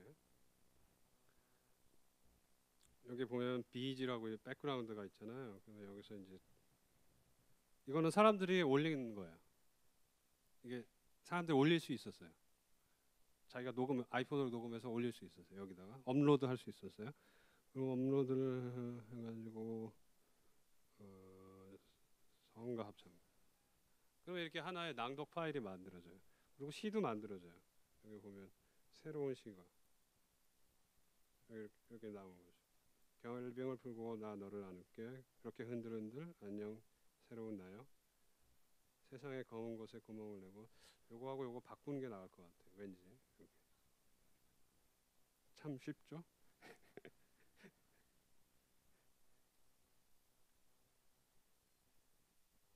결빙을 풀고 나 너를 안을게. 세상의 검은 곳에 구멍을 내고 신비는 흘러나온다. 그렇게 흔들흔들 안녕 새로운 나여.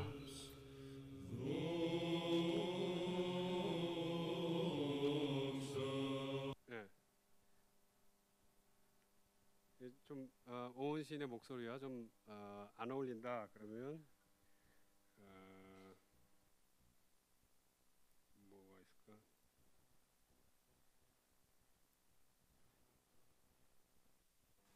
결빙을 풀고 나 너를 안을게. 세상의 검은 곳에 구멍을 잘 어울려 내고 이제? 신비는 흘러나온다. 그렇게 흔들흔들 안녕 새로운 나여. 동시가 완성이 됐습니다. 그 다음에 이제 원래는 여기에 녹음 파일이 있었어요. 그래서 이렇게 해서 올렸어요 사람들이. 제목도 짓고 여기 보면 이제 각자 지은 시들이 나오고 다운 받을 수도 있고요.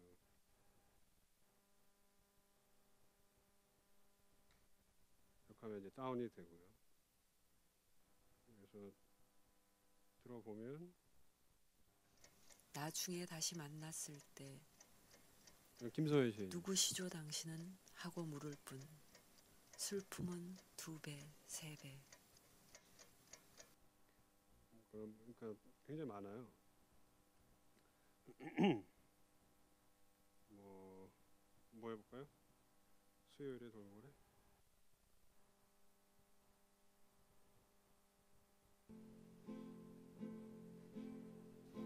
하루 종일 쭈그려 앉아 운동장 바닥에 오른쪽에서 왼쪽으로 금을 긋는 동안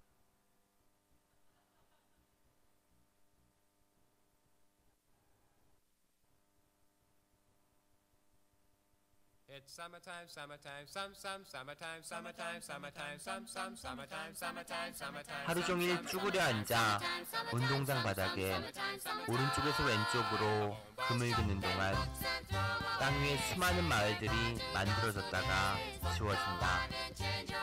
노을이 언제나 가장 마지막에 닿는 마을은 내가 몇 년 전 예.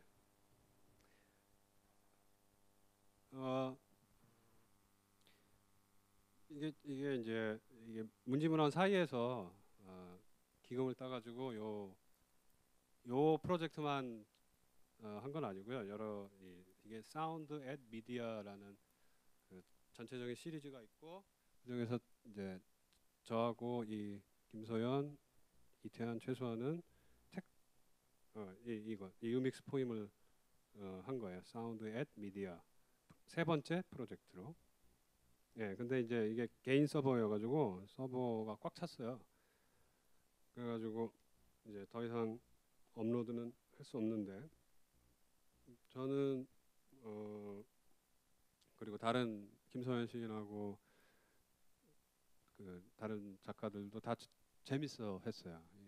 참여하는 사람들도 재밌어 했고 우리의 요지는 뭐냐면 시가 하나의 음성, 사운드가 될 수 있고 말 그대로 믹스하는 거죠. 마치 그 음악 믹스 하듯이 매시업이라 그러나요? 뭐 그렇게 하듯이 그 다음에 또 그 배경 음악도 이렇게 바꿔가면서 믹스해서 하나의 새로운 시, 또 시 낭독 작품이 탄생을 하는 거죠. 그리고 그것을 공유하고 또 다운 받아서 내가 소유할 수도 있고 또 다른 사람에게 줄 수도 있고 그래서 일종의 이 선물이 되는 거죠. 시와 시 사이의 만남이고 대화이고 또 그렇게 탄생한 그 시 낭독이 또 다른 사람과 공유되고 나누어지는 그런 대화이고 그런 식의 대화들이 여기 있는 거죠. 물론 이건 좀 이런 시도가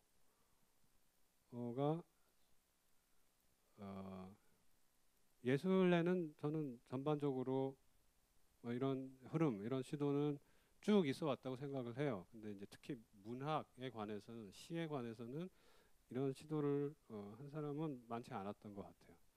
근데 이제 이렇게 했고 이걸 좀 더 계속 했으면 좋겠는데 이제 아까 이 마크 조이스와 저의 만남이 그러했듯이 이 네 사람도 한번 하고 와 재밌다 이러고 이제 그러면서 이제 시인들은 게으르고 미디어 아티스트는 바쁘고 그래서 좀 아쉽게 이 정도에서 일단은 중단이 됐는데 저희는 항상 얘기해요. 이거 계속 하자. 더 발전시켜 보자. 라는 생각을 하고 있습니다. 제가 이제 시를 쓰면서 시 안에서의 뭐 대화도 있지만 생각해 보면 제가 대화라는 주제에 대해서는 최근에 관심을 가졌지만 알고 보니 제 작품, 저의 친구들과 하는 놀이에도 이 대화의 흐름은 꾸준히 있어 왔구나 라는 생각이 들고 또 나아가서 그럼 나만 그랬을까? 다른 사람들도 마찬가지였을 텐데 다른 예술들도 마찬가지일 텐데 라는 생각을 하게 됐어요. 그래서 어쩌면 모든 예술에는 이런 대화들이 녹아 들어가 있는 거죠. 그리고 어쩌면 필수적이다라고도 할 수 있을 것 같아요. 오늘은 제 시 얘기만 해서 좀 너무 특별한 예외적인 사례 아니냐라고 생각하실 수 있을 것 같은데 여러분들 이런 대화라는 관점을 가지고 작품을 보면 작품이 새롭게 보이고 그 대화라는 관점에서 작품뿐만이 아니라 우리가 평소에 사람이 만나서 얘기를 할 때도 그 대화라는 관점에서 보면 안 보이던 것들이 보이고 대화가 참 중요하구나라는 생각 저는 정말 그렇게 믿어요. 사람이 살아가는 것의 가장 기초에는 아까 얘기한 신뢰, 관계의 기초는 대화라고 생각을 해요. 제가 마지막 에피소드 하나만 말씀드리고 끝내려고 하는데요. 이탈리아에서 파시즘이 시작되기 아직 전이었어요. 그때 그 대규모의 어떤 지역에서 노동자들이 파업을 했어요. 대규모의 파업이었고요. 당연히 이탈리아 정부는 노동자들을 진압하기 위해서 군대를 보냈어요. 그리고 이 군대는 아주 진압을 잘 하기로 아주 폭력적인 무서운 군대로 유명한 그런 군대였어요. 그래서 이 지역에 갔습니다. 근데 여기서 아주 드라마 같은 하지만 실제 있었던 일이 벌어지는데 거기에 한 카페가 있었어요. 이 카페에서 노동자들과 군인이 우연히 만나게 됐어요. 그래서 술 한잔 하면서 커피 한잔 하면서 대화를 하게 됐어요. 그리고 이 군대는 철수를 결정을 했답니다. 그리고 그 노동자들은 진압이 되지 않았어요. 물론 너무나 드라마틱하고 너무나 훈훈한 뭐 그런 스토리로 들릴 수 있겠죠. 더구나 한국에서는 진압하면 하라 그러면 진압해야 되거든요. 불가능한 얘기처럼 들릴 수 있겠죠. 그럼에도 다른 장소, 다른 공간에서 사람들이 만나서 이해관계가 다른, 입장이 다른 사람이 만나면 저는 뭐 낭만적으로 이 둘이 합의에 이른다, 뭐 타협을 한다, 평화가 일어난다, 절대 그렇게 생각하지 않습니다. 하지만 다른 일이 일어나긴 합니다. 그리고 여기에는 전제가 있죠. 아까도 얘기한 것처럼 들으려고 하는 것, 또 말하려고 하는 것. 그것은 가장 절대적인 전제입니다. 이런 요건들이 성립이 될 때, 그것과 대화가 이런 요건 조건들에서 이루어질 때, 저는 희망까지는 얘기하고 싶지 않아요. 제가 그렇게 세상을 낙관적으로 보는 사람은 아니에요.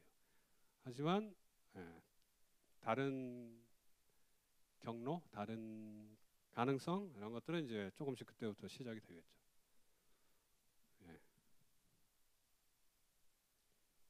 제가 너무 희망을 여러분께 드리고는 건 아니에요. 대화가 모든 걸 해결할 수 있다. 대화가 필요해. 이런 얘기는 아닙니다. 여기서 마치겠습니다. 감사합니다.